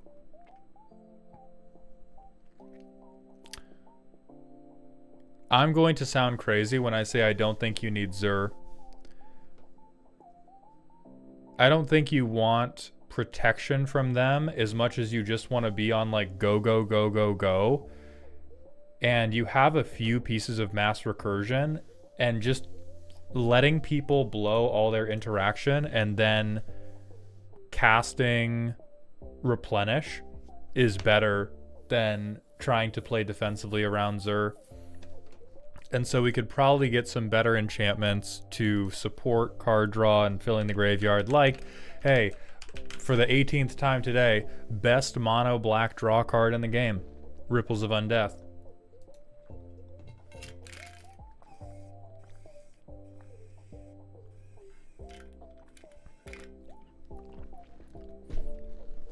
Our curve is very busy at 3, and we probably want it a little bit busier at 2. Ripples of Undeath is bad in Enchantress unless you're actively playing self-mill. You're wrong. It's just that good. You could lock up, especially when we have a commander that brings enchantments back from the graveyard. That is enough. You could sub any random card out of any opening hand in any game this deck played from now until the end of time with Ripples of Undeath, and the hand would go better. If we're talking about true high power, I'm trying to combo off, sure, maybe we don't want Ripples of Undeath in every single deck. Short of that, this card is too insane. It's too insane to ever talk about not only not playing it, but not trying to cheat it into your opening hand. See 3 additional cards a turn that we can bring back with our commander or eventually bring back with replenish. It is beyond fucked up.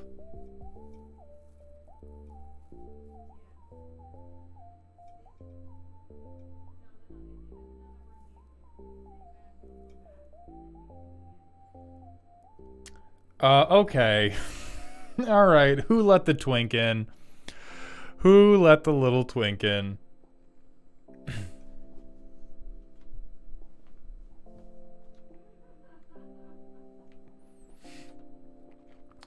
Pay 3 life, cast Ponder. Pay 3 life, cast Ponder every turn if you want. And if you don't, we still have access to the cards because our commander recurs things. If we had no other way to recur things, we might pass on it, but we have command zone recursion.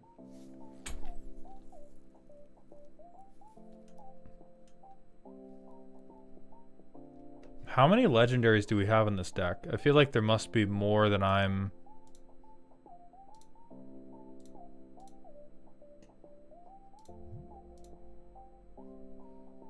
$24 legendaries. Okay.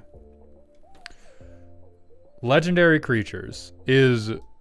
So does Honor-Worn Shaku care about legendary creature? Legendary permanent. Okay, okay. I'm fucking with Shaku a little bit more. And does Unifier care about... Oh, just legendary spell. Okay, I'm with the legendary sub-theme. I'm with that now.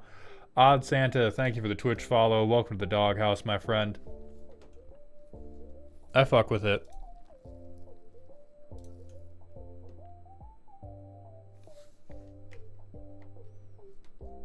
Where'd this dumbass planeswalker go? Look at top 4, exile target creature, enchantment, return all. I think you're playing the wrong Calyx, TBH.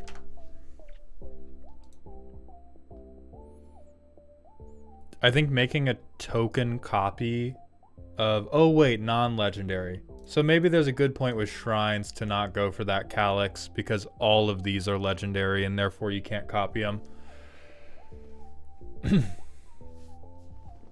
I will be suggesting Marina Vendrell and Inquisitive Glimmer incessantly.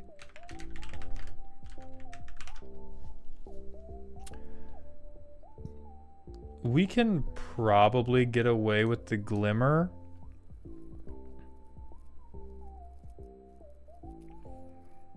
It is worse than Herald of the Pantheon.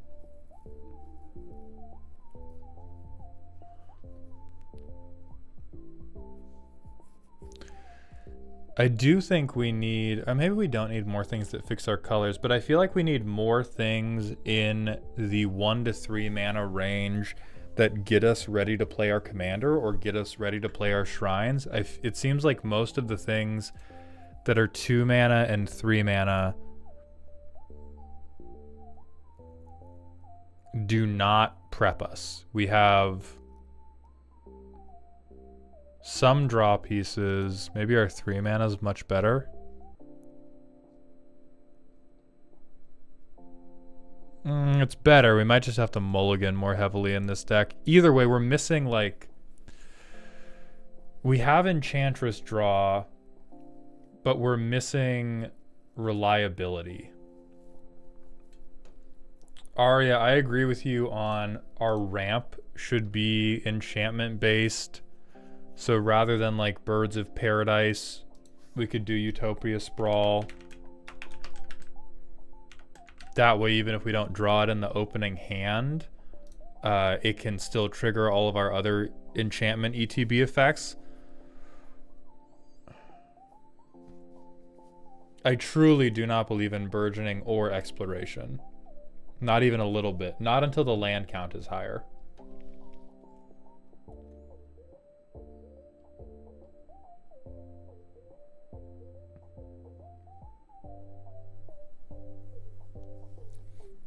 I think Banner of Kinship is really cute, especially when the kin you are shipping is industrial buildings. Bring up the displaced dinos and beat them. Oh, true. Wait, illiteracy moment. Banner of Kinship doesn't even work because shrines aren't a creature type.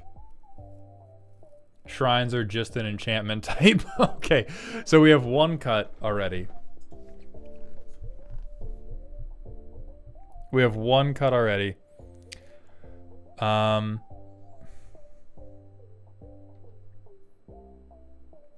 Shroud, sure. Oh, Valgavoth's Lair would be good. Yeah, if we got an enchantment land in here.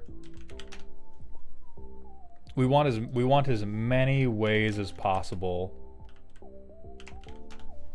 to continue triggering these enchantment ETBs. Like anything that isn't an enchantment, if we can make it an enchantment, that's better.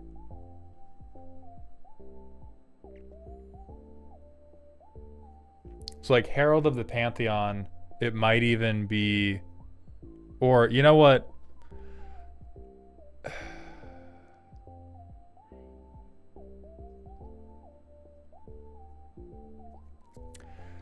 It's tough to offer a lot of guidance on what the top end should be like, because shrines are already this very like whatever synergy pile forever. And so most of what you have to cut is we have to pick some of our darlings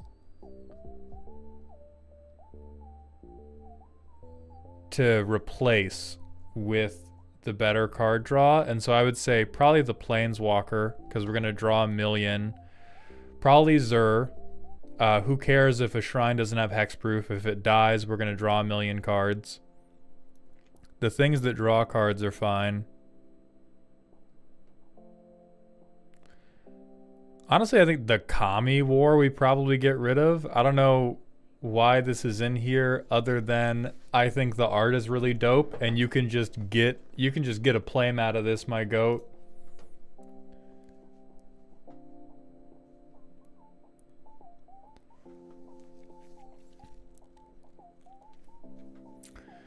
I think I'm going to force you to pick between Maelstrom Nexus and Joe to the Unifier because they're both incredibly greedy. They're incredibly greedy, win more pieces, and I will, in my infinite generosity, I will allow you to keep one.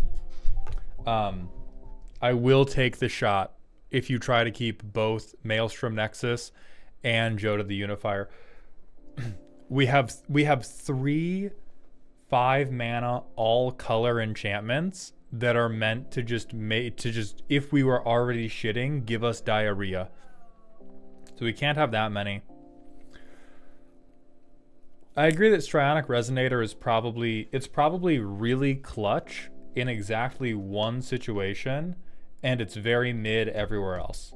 So I would cut it on the basis of making the deck a more reliable shithead Lego deck, even though I'm sure that at least once upon a time you did something absolutely crazy with Strionic Resonator. That gets to live on in your heart and the playtest, but not in the deck itself.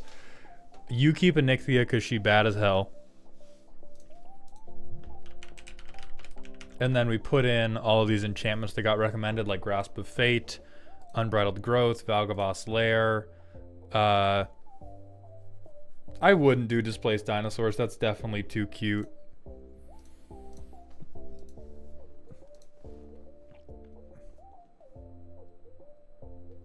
And then the rest of it is just like more lands. Especially if you want to keep Burgeoning or Exploration, but I would cut Burgeoning and I would go up a couple lands to like 36 to 37. I would like Giganta to be launched out of a building. I think if anything we've submitted makes you cut Giganta, then cut it. But if nothing we've submitted makes you cut it, then like, who gives a fuck? But Giganta is definitely not something worth building around. This is just nice if it happens to work with the deck as it is.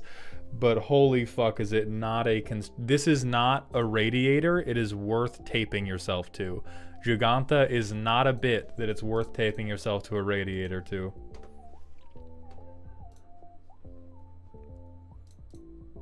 But right now, surely this is Behold My Stuff, especially with all of those 5-mana diarrhea cards.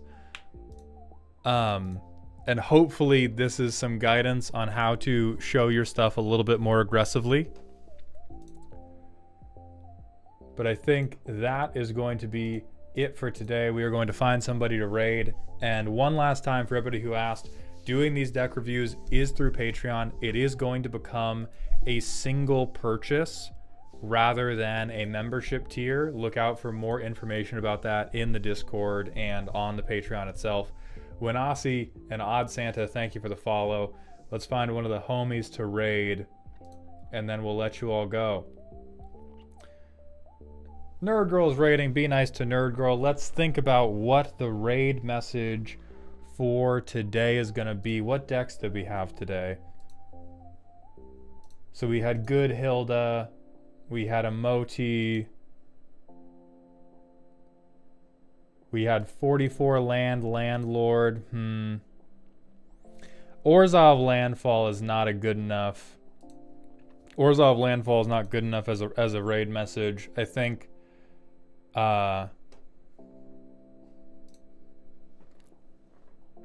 Daddy Double Fetch is gonna be the raid message. Other than that, be normal. Salty Thing, thank you for the Twitch follow. Welcome to the doghouse.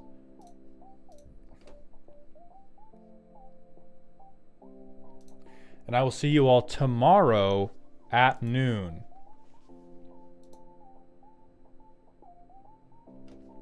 Thank you all for the follows, the subs, for keeping me company as I talk my silly bullshit. And I hope to see you all then. Thank you very much. And remember to stay toxic. You too.